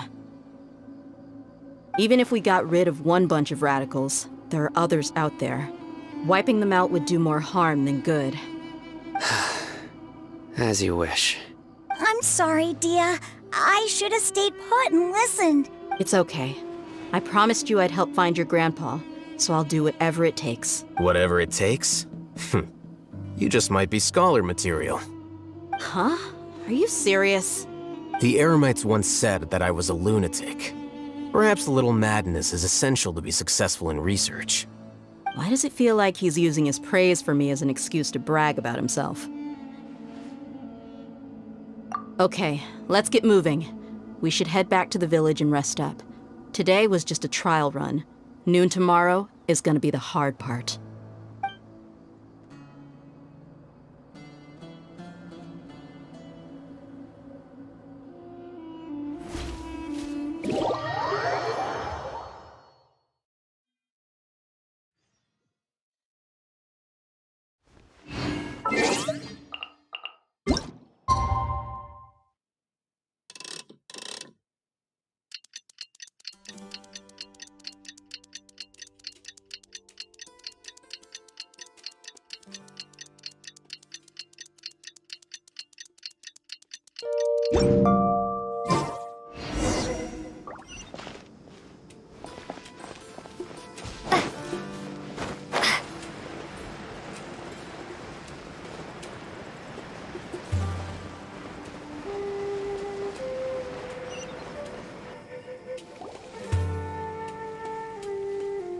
You're all here so early. Looks like we have everyone here. Isak, are you sure you want to come with us? I'll watch from a safe distance. Dia, I want to be there to bring Grandpa home. Okay, let's go then. Dia, wait. What's the matter? I heard that you were quite reckless yesterday. No more of that today, understood? Or I'll be very upset with you.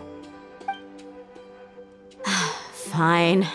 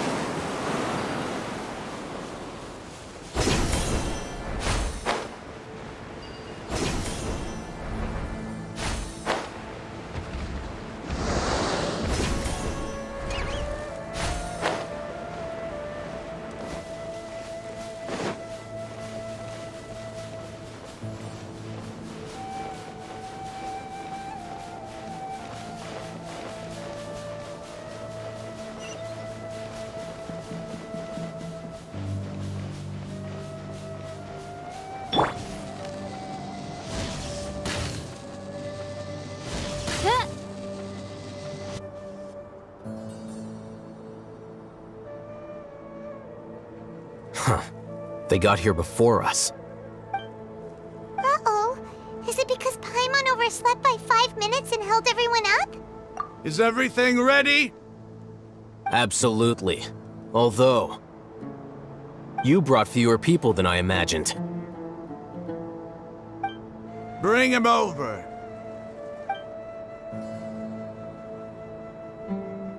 Grandpa! Why is there only one of them? Rahman, I've always thought of you as a man of his word. What's this about? It's a one-for-one exchange. Sounds fair, don't you think? And let me put it this way. Agreeing to any kind of deal with the Dendro Archon's people is already a huge compromise on my part.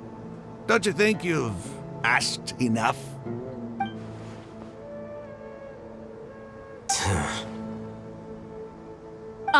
You stay right there!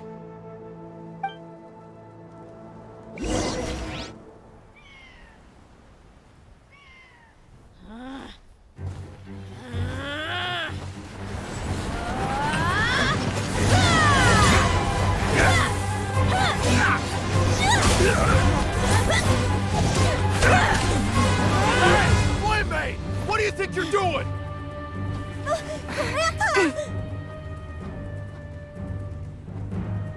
Don't you see this blade here? You coward! Why are your hands shaking? Wait a second! It's a earthquake!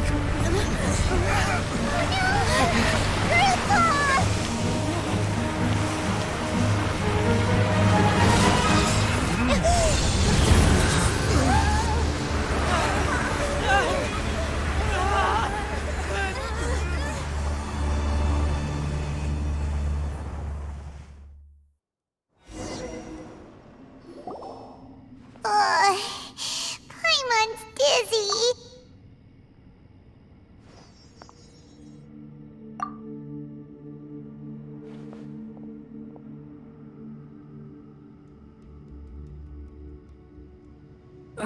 This day's going just great.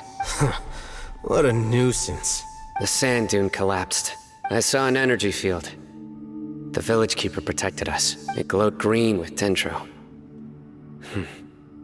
Just like you said, it may well have been the remains of Lesser Lord Kusanali's power inside the scholar's body. The Dendro Archon. The present one. Grandpa? Grandpa?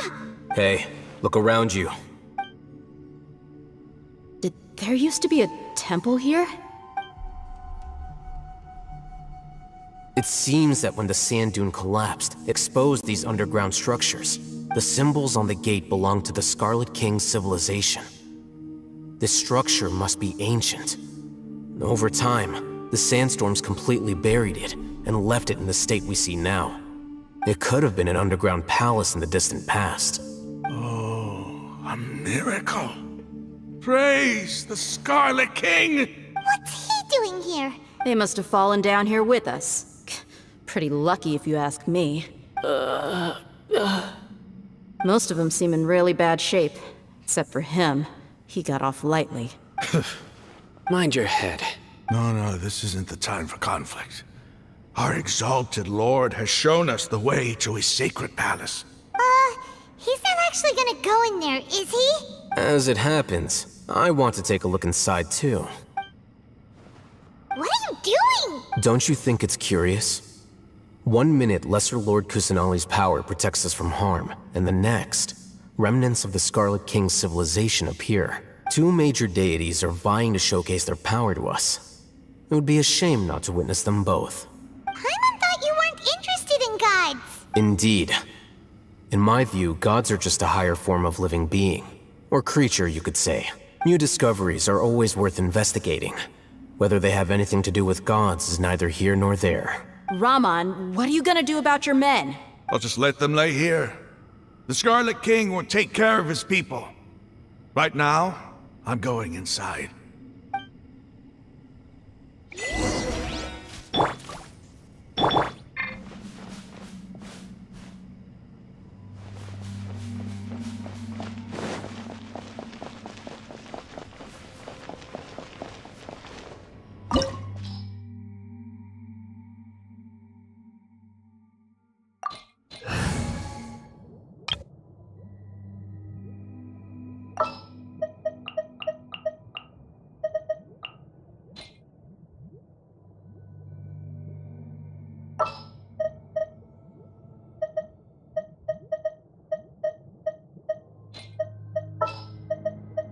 What's our objective?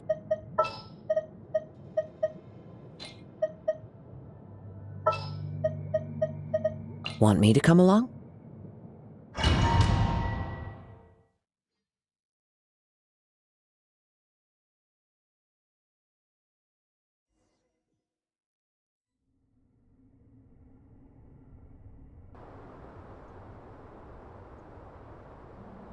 It's full of life here. This defies comprehension. It looked completely desolate from the outside. Yet, it flows with energy inside. Yeah, and there's so many plants. It's so pretty. Sir Rahman. Huh? Me? Do you see another Rahman here? Are you mocking me? What do you mean, sir? Interpret it however you want, but there's something I'd like to draw your attention to. While this structure is clearly left over from the Scarlet King's civilization, the energy that flows in here is that of the Dendro Archon.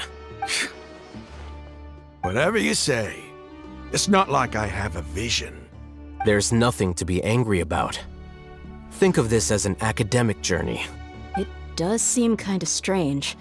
If that's true, then we might have to explore this whole area to find an explanation.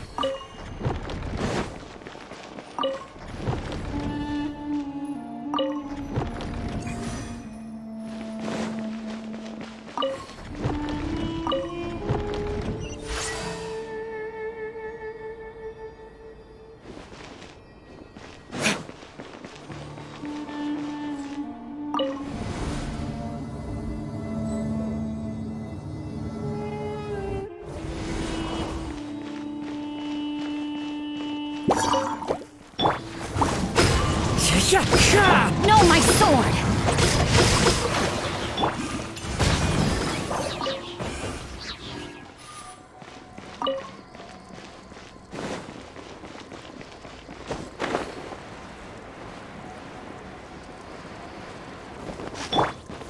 Gather!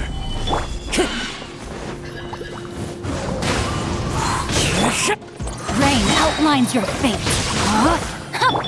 Flames! Purge!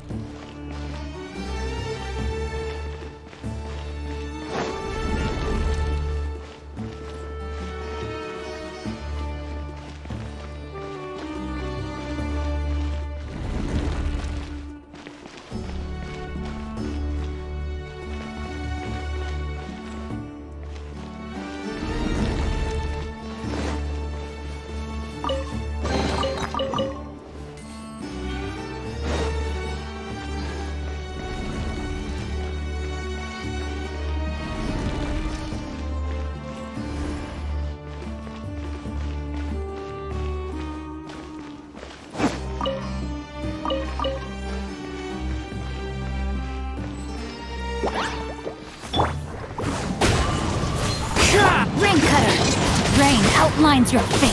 Huh?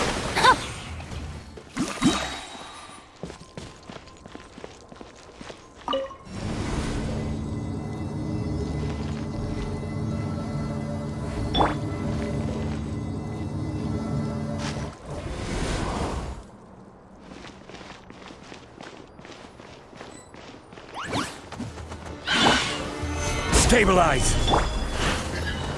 Into the wind! Witness the power of Gwa. Rain outlines your fate.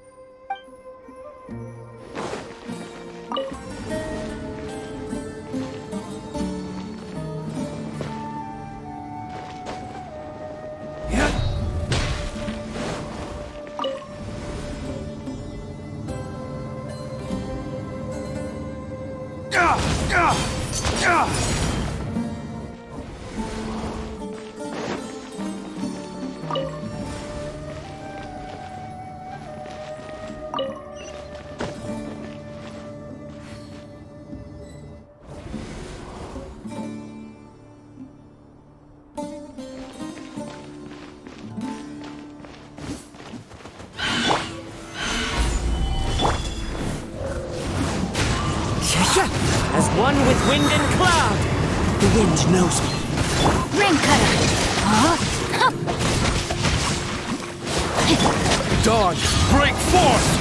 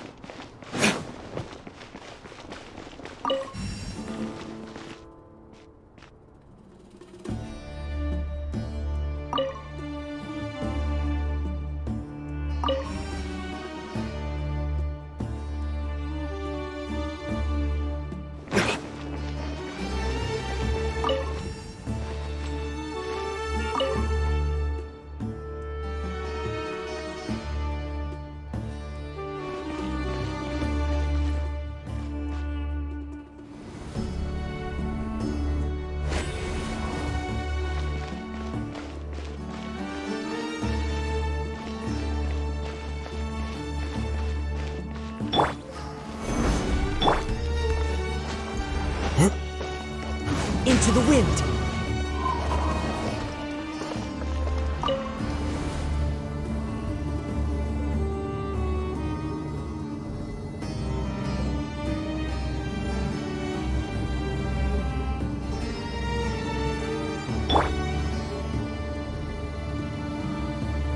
Oh, now that's a sight to see.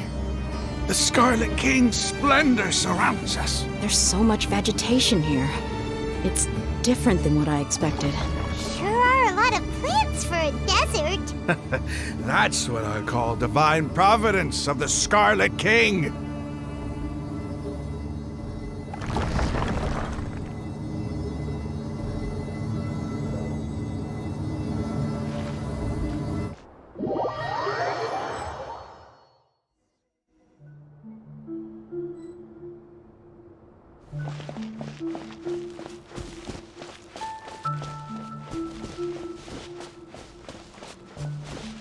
It's getting brighter!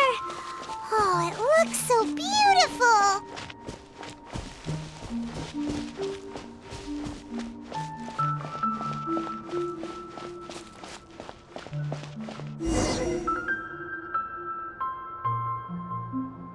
Wait.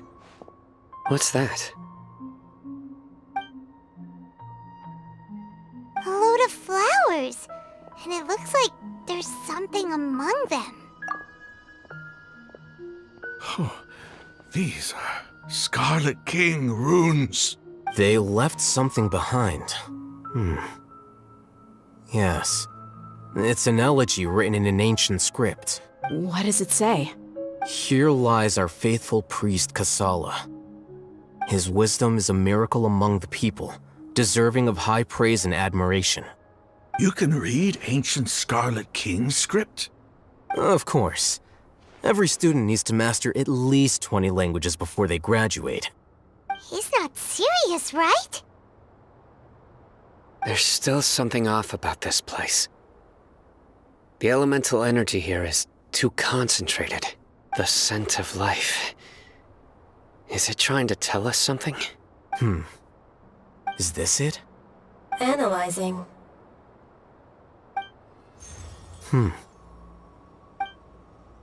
There seems to be a hidden message among these skeletal remains. Excellent. There's a device from the Scarlet King's civilization in this gravesite. I'll transmit the information over and project it for everyone to see. Isn't sharing knowledge against the Academia's rules? Yes. However, under the circumstances, I'd prefer you to see this for yourself. You'll understand after watching it.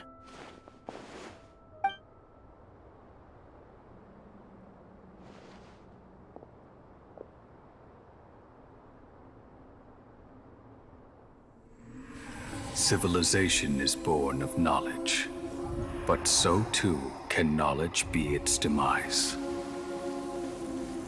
A disaster caught us unaware. It was knowledge that did not belong to this world. The Scarlet King brought this forbidden knowledge into our world, and it quickly spread like a plague. People's minds were filled with crazed whispers.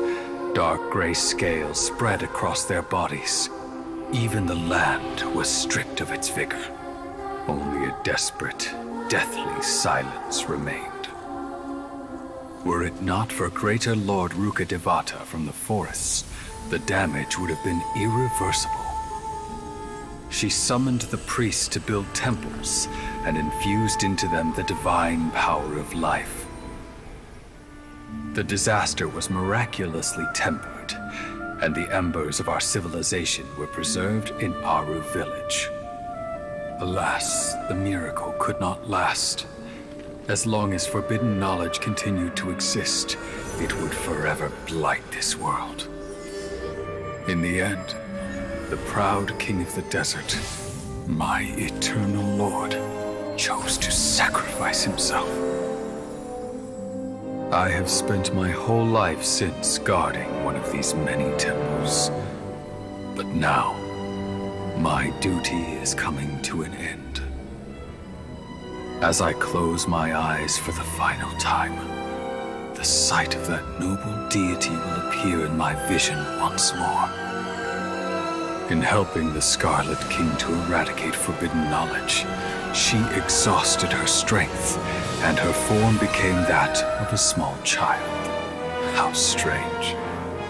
Now that I think of her, I no longer have any fear of death, for I sense that the spirit of life will abide with me during my eternal sleep. Children of the desert, cling no longer to past grievances, but hold tight to the memory of this act of benevolence. What was that? The priest's memories. No, impossible. Greater Lord Rukkhadevata. So the former Dendro Archon and the Scarlet King were never enemies at all. But this doesn't make any sense. The Dendro Archon's followers, they're clearly... Was that the former Dendro Archon? She became so tiny in the end.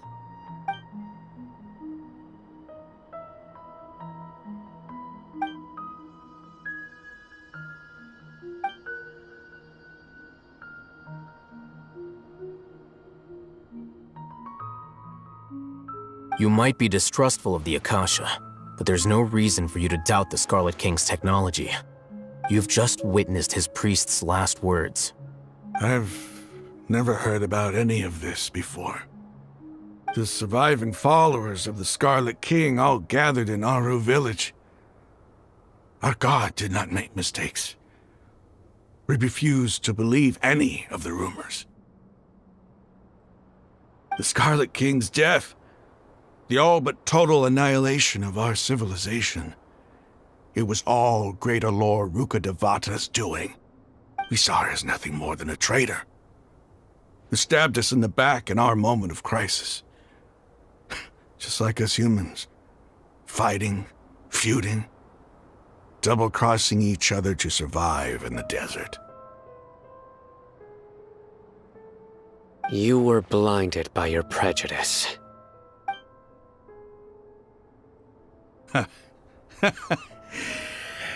If I hadn't seen this for myself, if I hadn't witnessed his last words with my own eyes, ears, and heart, how could I ever begin to accept this? The truth is so far from what I've always known. Am I really supposed to believe that after all these years, all this time seeking revenge, suddenly now my enemy is my savior? Raman, that's enough. Give it a rest. You're starting to make a fool of yourself. Dia, tell me, my Eremites and I, what are we even fighting for?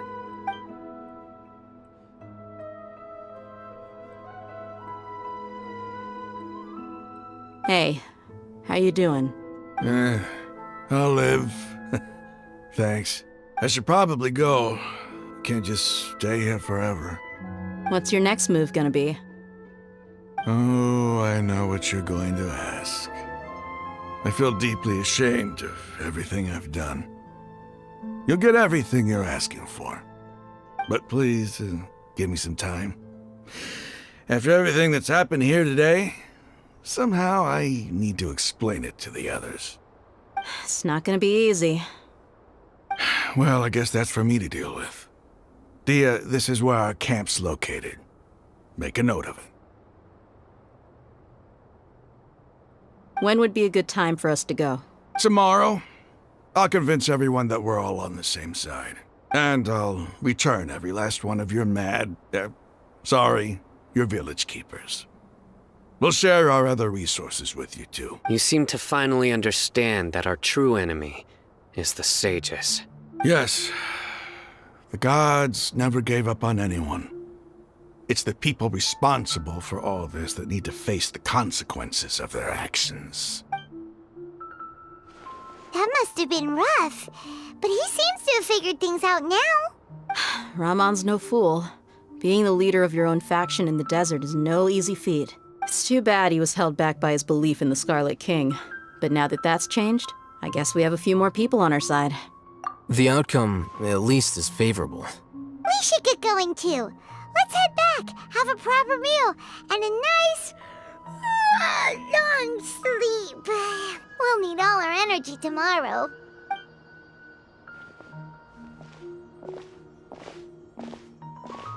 Sino, we're leaving! Stop yelling.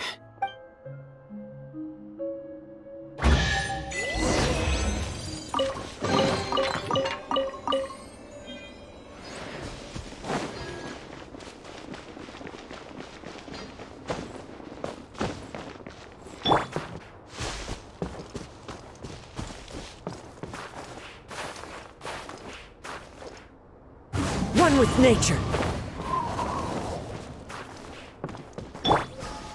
Quake!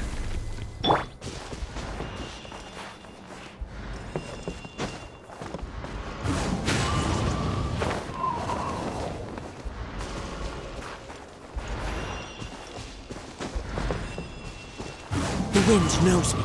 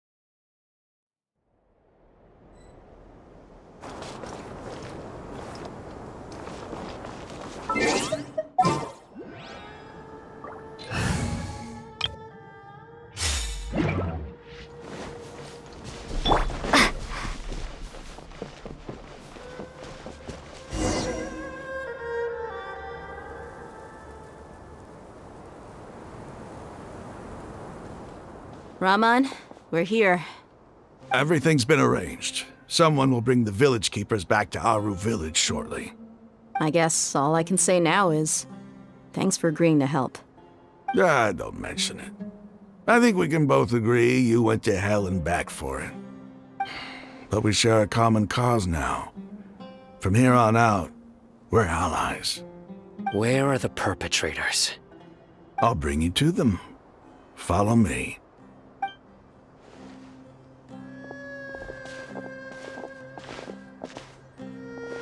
So these are the people who kidnapped the village keepers.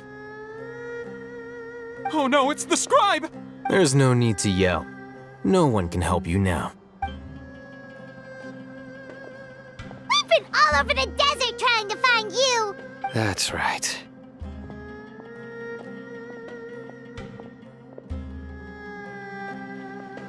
General Mahamatra?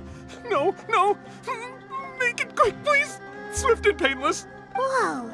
The moment they set eyes on Sino, they turned pale like they've seen a ghost! You should have known that I would be coming for you. Wait, we were just following orders. You know what I'm talking about, right? There's no way we could have done all this by ourselves. No, not Sino. He's gonna tear us limb from limb. I could do worse. Please have mercy. Start talking. Otherwise, I'll have to resort to other methods. So, your superiors have kept you quite busy recently. Why? What are they trying to accomplish? They, wanted to— Don't play dumb. You know what I'm really asking. They extract divine canned knowledge. Then what? I really don't know how to explain it. Well, you better start talking or you'll be sorry! You don't want to make things any more difficult for yourself, do ya? Be my guest.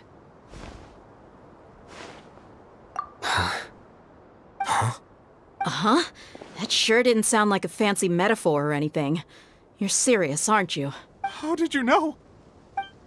There's no use hiding it now. Yes, you're right. The Academia is working on an important and potentially world-changing project. They are creating a new god. A god that will belong to them and to the people of Sumeru. It may seem as if Sumeru's academics are thriving, but ever since the death of Greater Lord Rukkhadevata, scholarly breakthroughs have been few and far between. The withering of Irminsul has been getting worse recently. The sages have tried everything they could think of, but nothing's worked.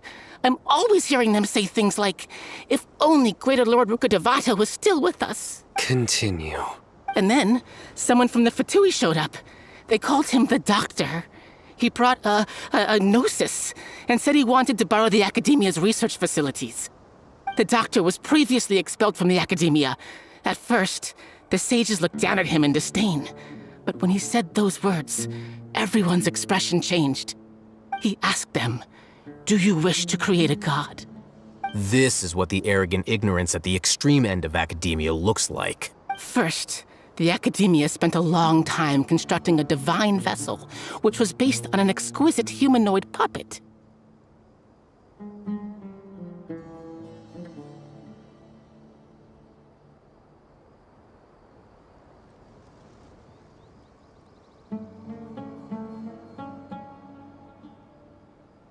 After that, they harvested dreams via the Sebzerus Festival Samsara, maximizing the Akasha's output.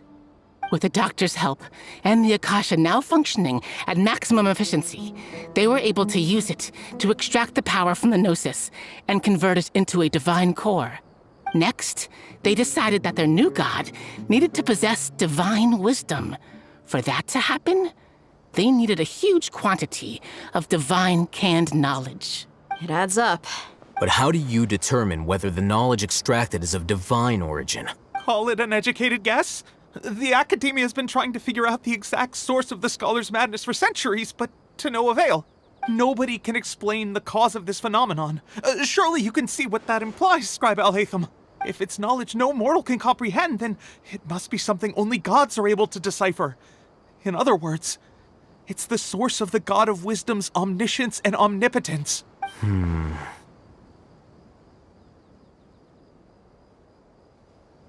You must have noticed by now. The Academia doesn't care about who their god is. It's the ability to exercise control over knowledge and wisdom that matters. It is as if they are cursed with a desire for omniscience and omnipotence that burns in their blood. Some organisms demonstrate phototaxis, and thus orient their entire lives in respect to sources of light. For the sages, Their only source of hope is the existence of a deity who embodies the acme of wisdom. This is but a form of phototaxis. For many scholars, the absence of a god of wisdom means stumbling in the darkness for the duration of their lives. Then what does Lesser Lord Kusanali mean to you? Is she not a true god present in this world? If you already have a new god, why try to create another one? From the beginning, the Academia has never treated her as a god. When the Academia first discovered Lesser Lord Kusanali, the newborn god of wisdom, the sages hoped that she would be as wise as Greater Lord Rukkhadevata. They found that at the time, she possessed no more intelligence than any ordinary human child. The sages never had a ruder awakening. This forced them to accept that Greater Lord Rukkhadevata had indeed passed away. Not to mention that Lesser Lord Kusanali's gnosis had been used to power the Akasha this entire time.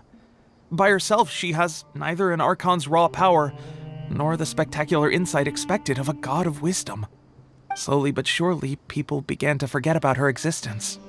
So, this is the path the sages have chosen.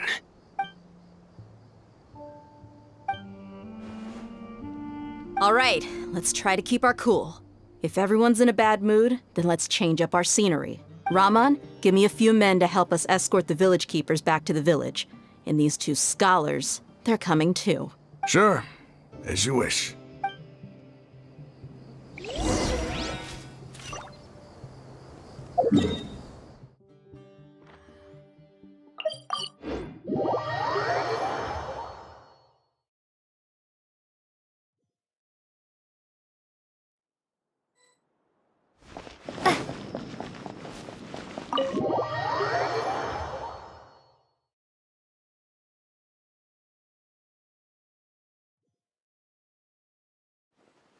The village keepers you've found have all been returned to their homes, and each one has a dedicated caregiver to look after them.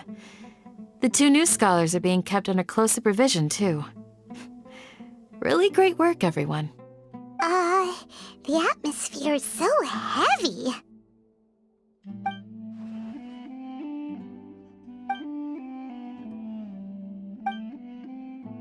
Hey! Say something! Stop spacing out! Come on, is there nothing left to talk about? In that case, let's all get some water and try to think about something else. Or I can go fetch some snacks. Oh, Paimon's so coming with you! Do you have any plans, Traveler? Gods above, you're not talking about work, are you? So you were still withholding some information?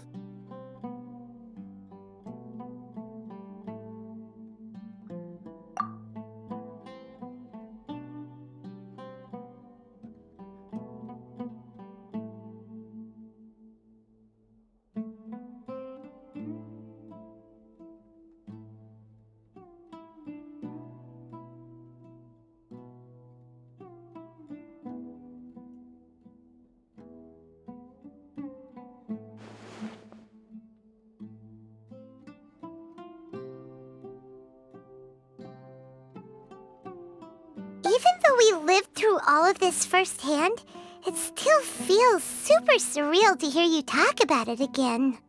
What a whirlwind of a story. I felt like I was holding my breath the whole time. It seems like there'll be more issues to face in the days ahead than I'd anticipated.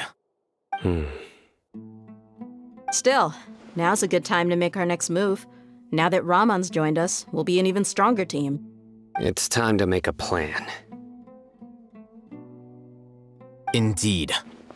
These events are a flagrant transgression of the rules in every sense. We cannot allow it to continue. So, everyone, are we on the same page? Crush the sages and rescue our god. That is our ultimate goal. Well, let's brainstorm a little more about what other resources we can draw on.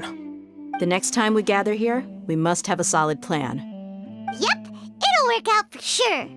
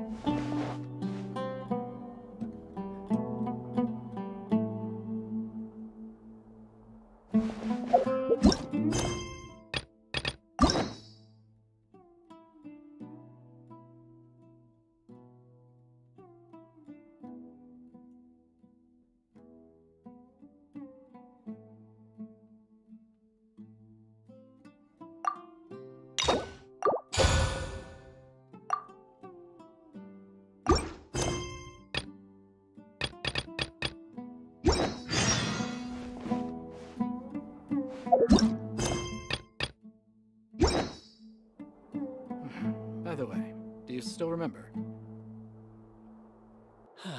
Your memory is far superior to mine.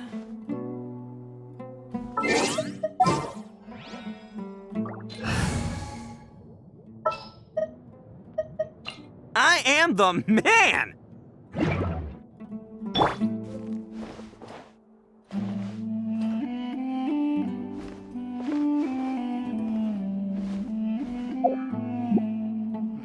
By the way, do you still remember?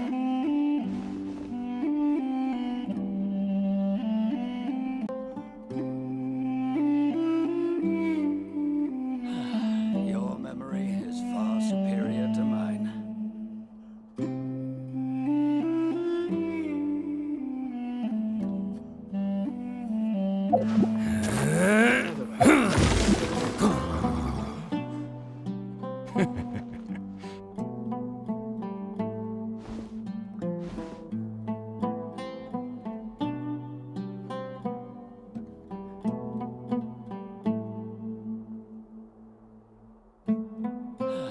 Your memory is far superior to mine. Best flavor in the world? The sweet, sweet taste of victory.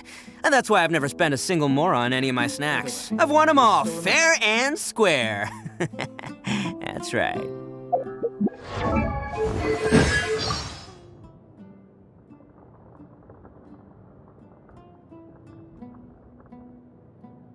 Oh, I haven't eaten something this good in 3 whole years. Well, I am an Oni, so there's nothing I hate more than beans. Soybeans, mung beans, whatever. I hate them all. Just touching one is enough to set off my allergies, let alone eating them. We have to get people to resist this constant urge to throw beans everywhere.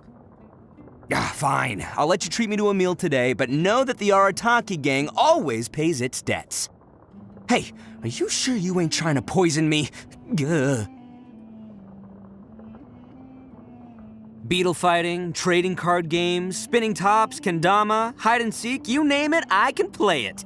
What do you say? Big. I know what you're thinking. I don't see it. How did this guy get to become the boss of the Arataki gang on the back of beetle fighting and trading card games? Well, you're right. Those are just child's play. Want to know the hard skills that really got me where I am? Eating ramen standing upside down, sleeping with my eyes open, playing the harmonica with my nose, and swatting houseflies with my hair. Yeah, I know. Bet you see it now, huh?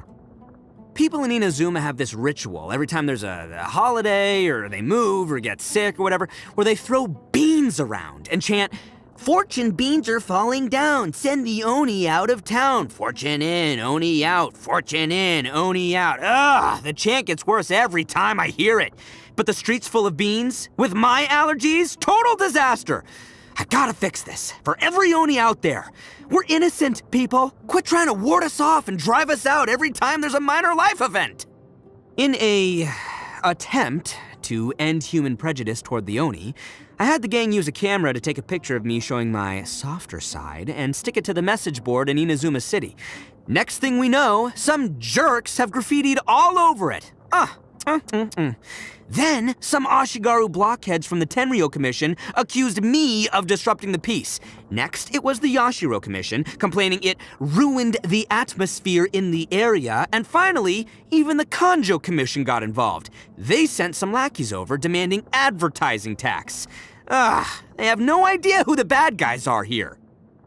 In the Arataki gang, we're proud to welcome people who've experienced adversity in their lives. Don't listen to the people who call us freaks or weirdos. Every member of my gang is like family to me, and they all feel the same way. Whatever happens, the gang will face it together, both the highs and the lows.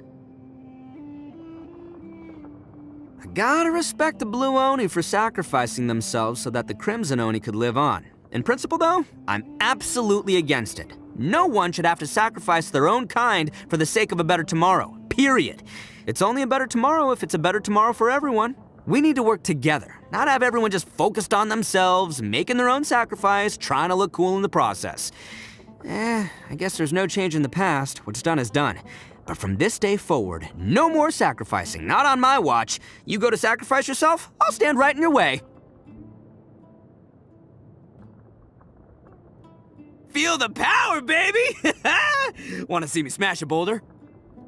Today is an important day. I had to send the gang away, otherwise they'd be accusing me of favoritism. Here, take a look at this. I got you. The greatest birthday gift combo ever. 1 top-grade Onikabuto. I'll have you know it took me 3 whole days and nights to catch this bad boy. 1 out-of-print collectible trading card that took me 300 rounds to get my hands on. And finally, a birthday song performance performed personally by yours truly.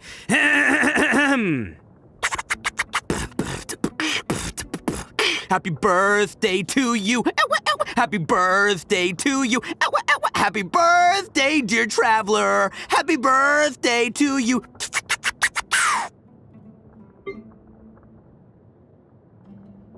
Let me at him. Tag me in. I got this.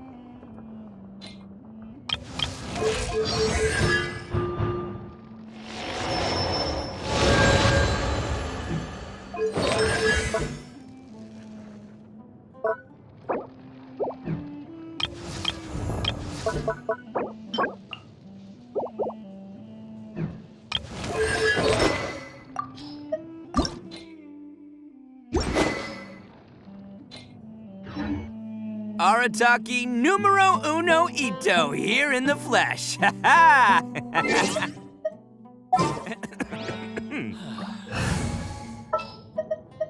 May knowledge guide.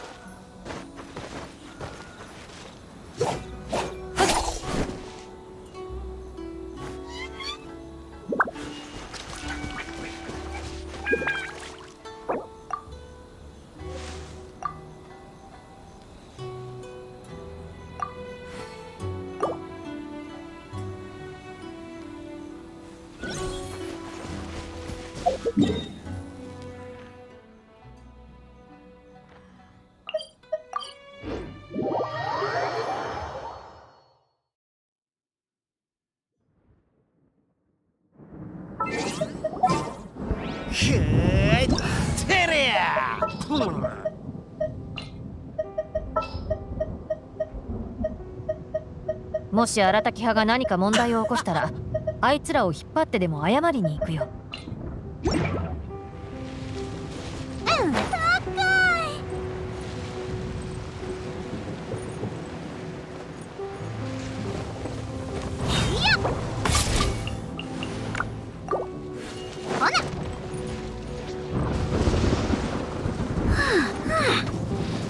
いざ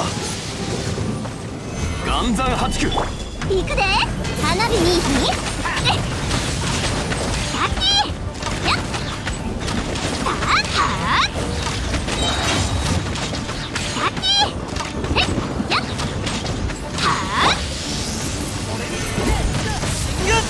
はっはっ気ぃつけるぜせっおっとキャッチえやっさあとりゃえふっへいや難攻不落花火にさあはっやっ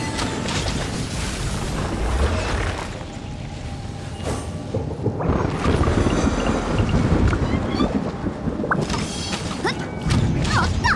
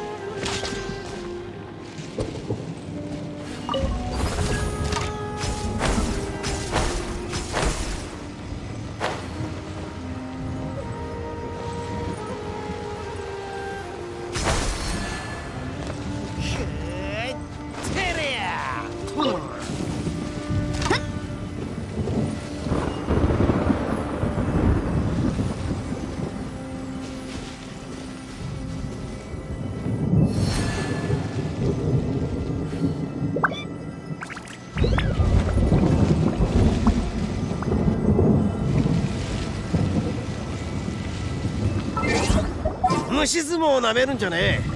汗と涙の一騎打ちを乗り越え自らを強くするこれぞ人生ってもんよ。は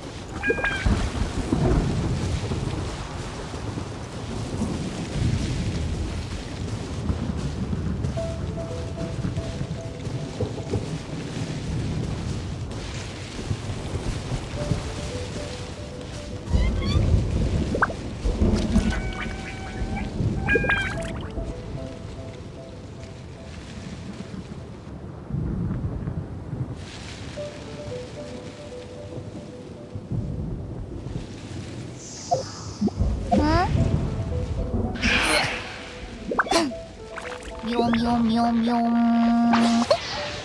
さよなら。てれや。お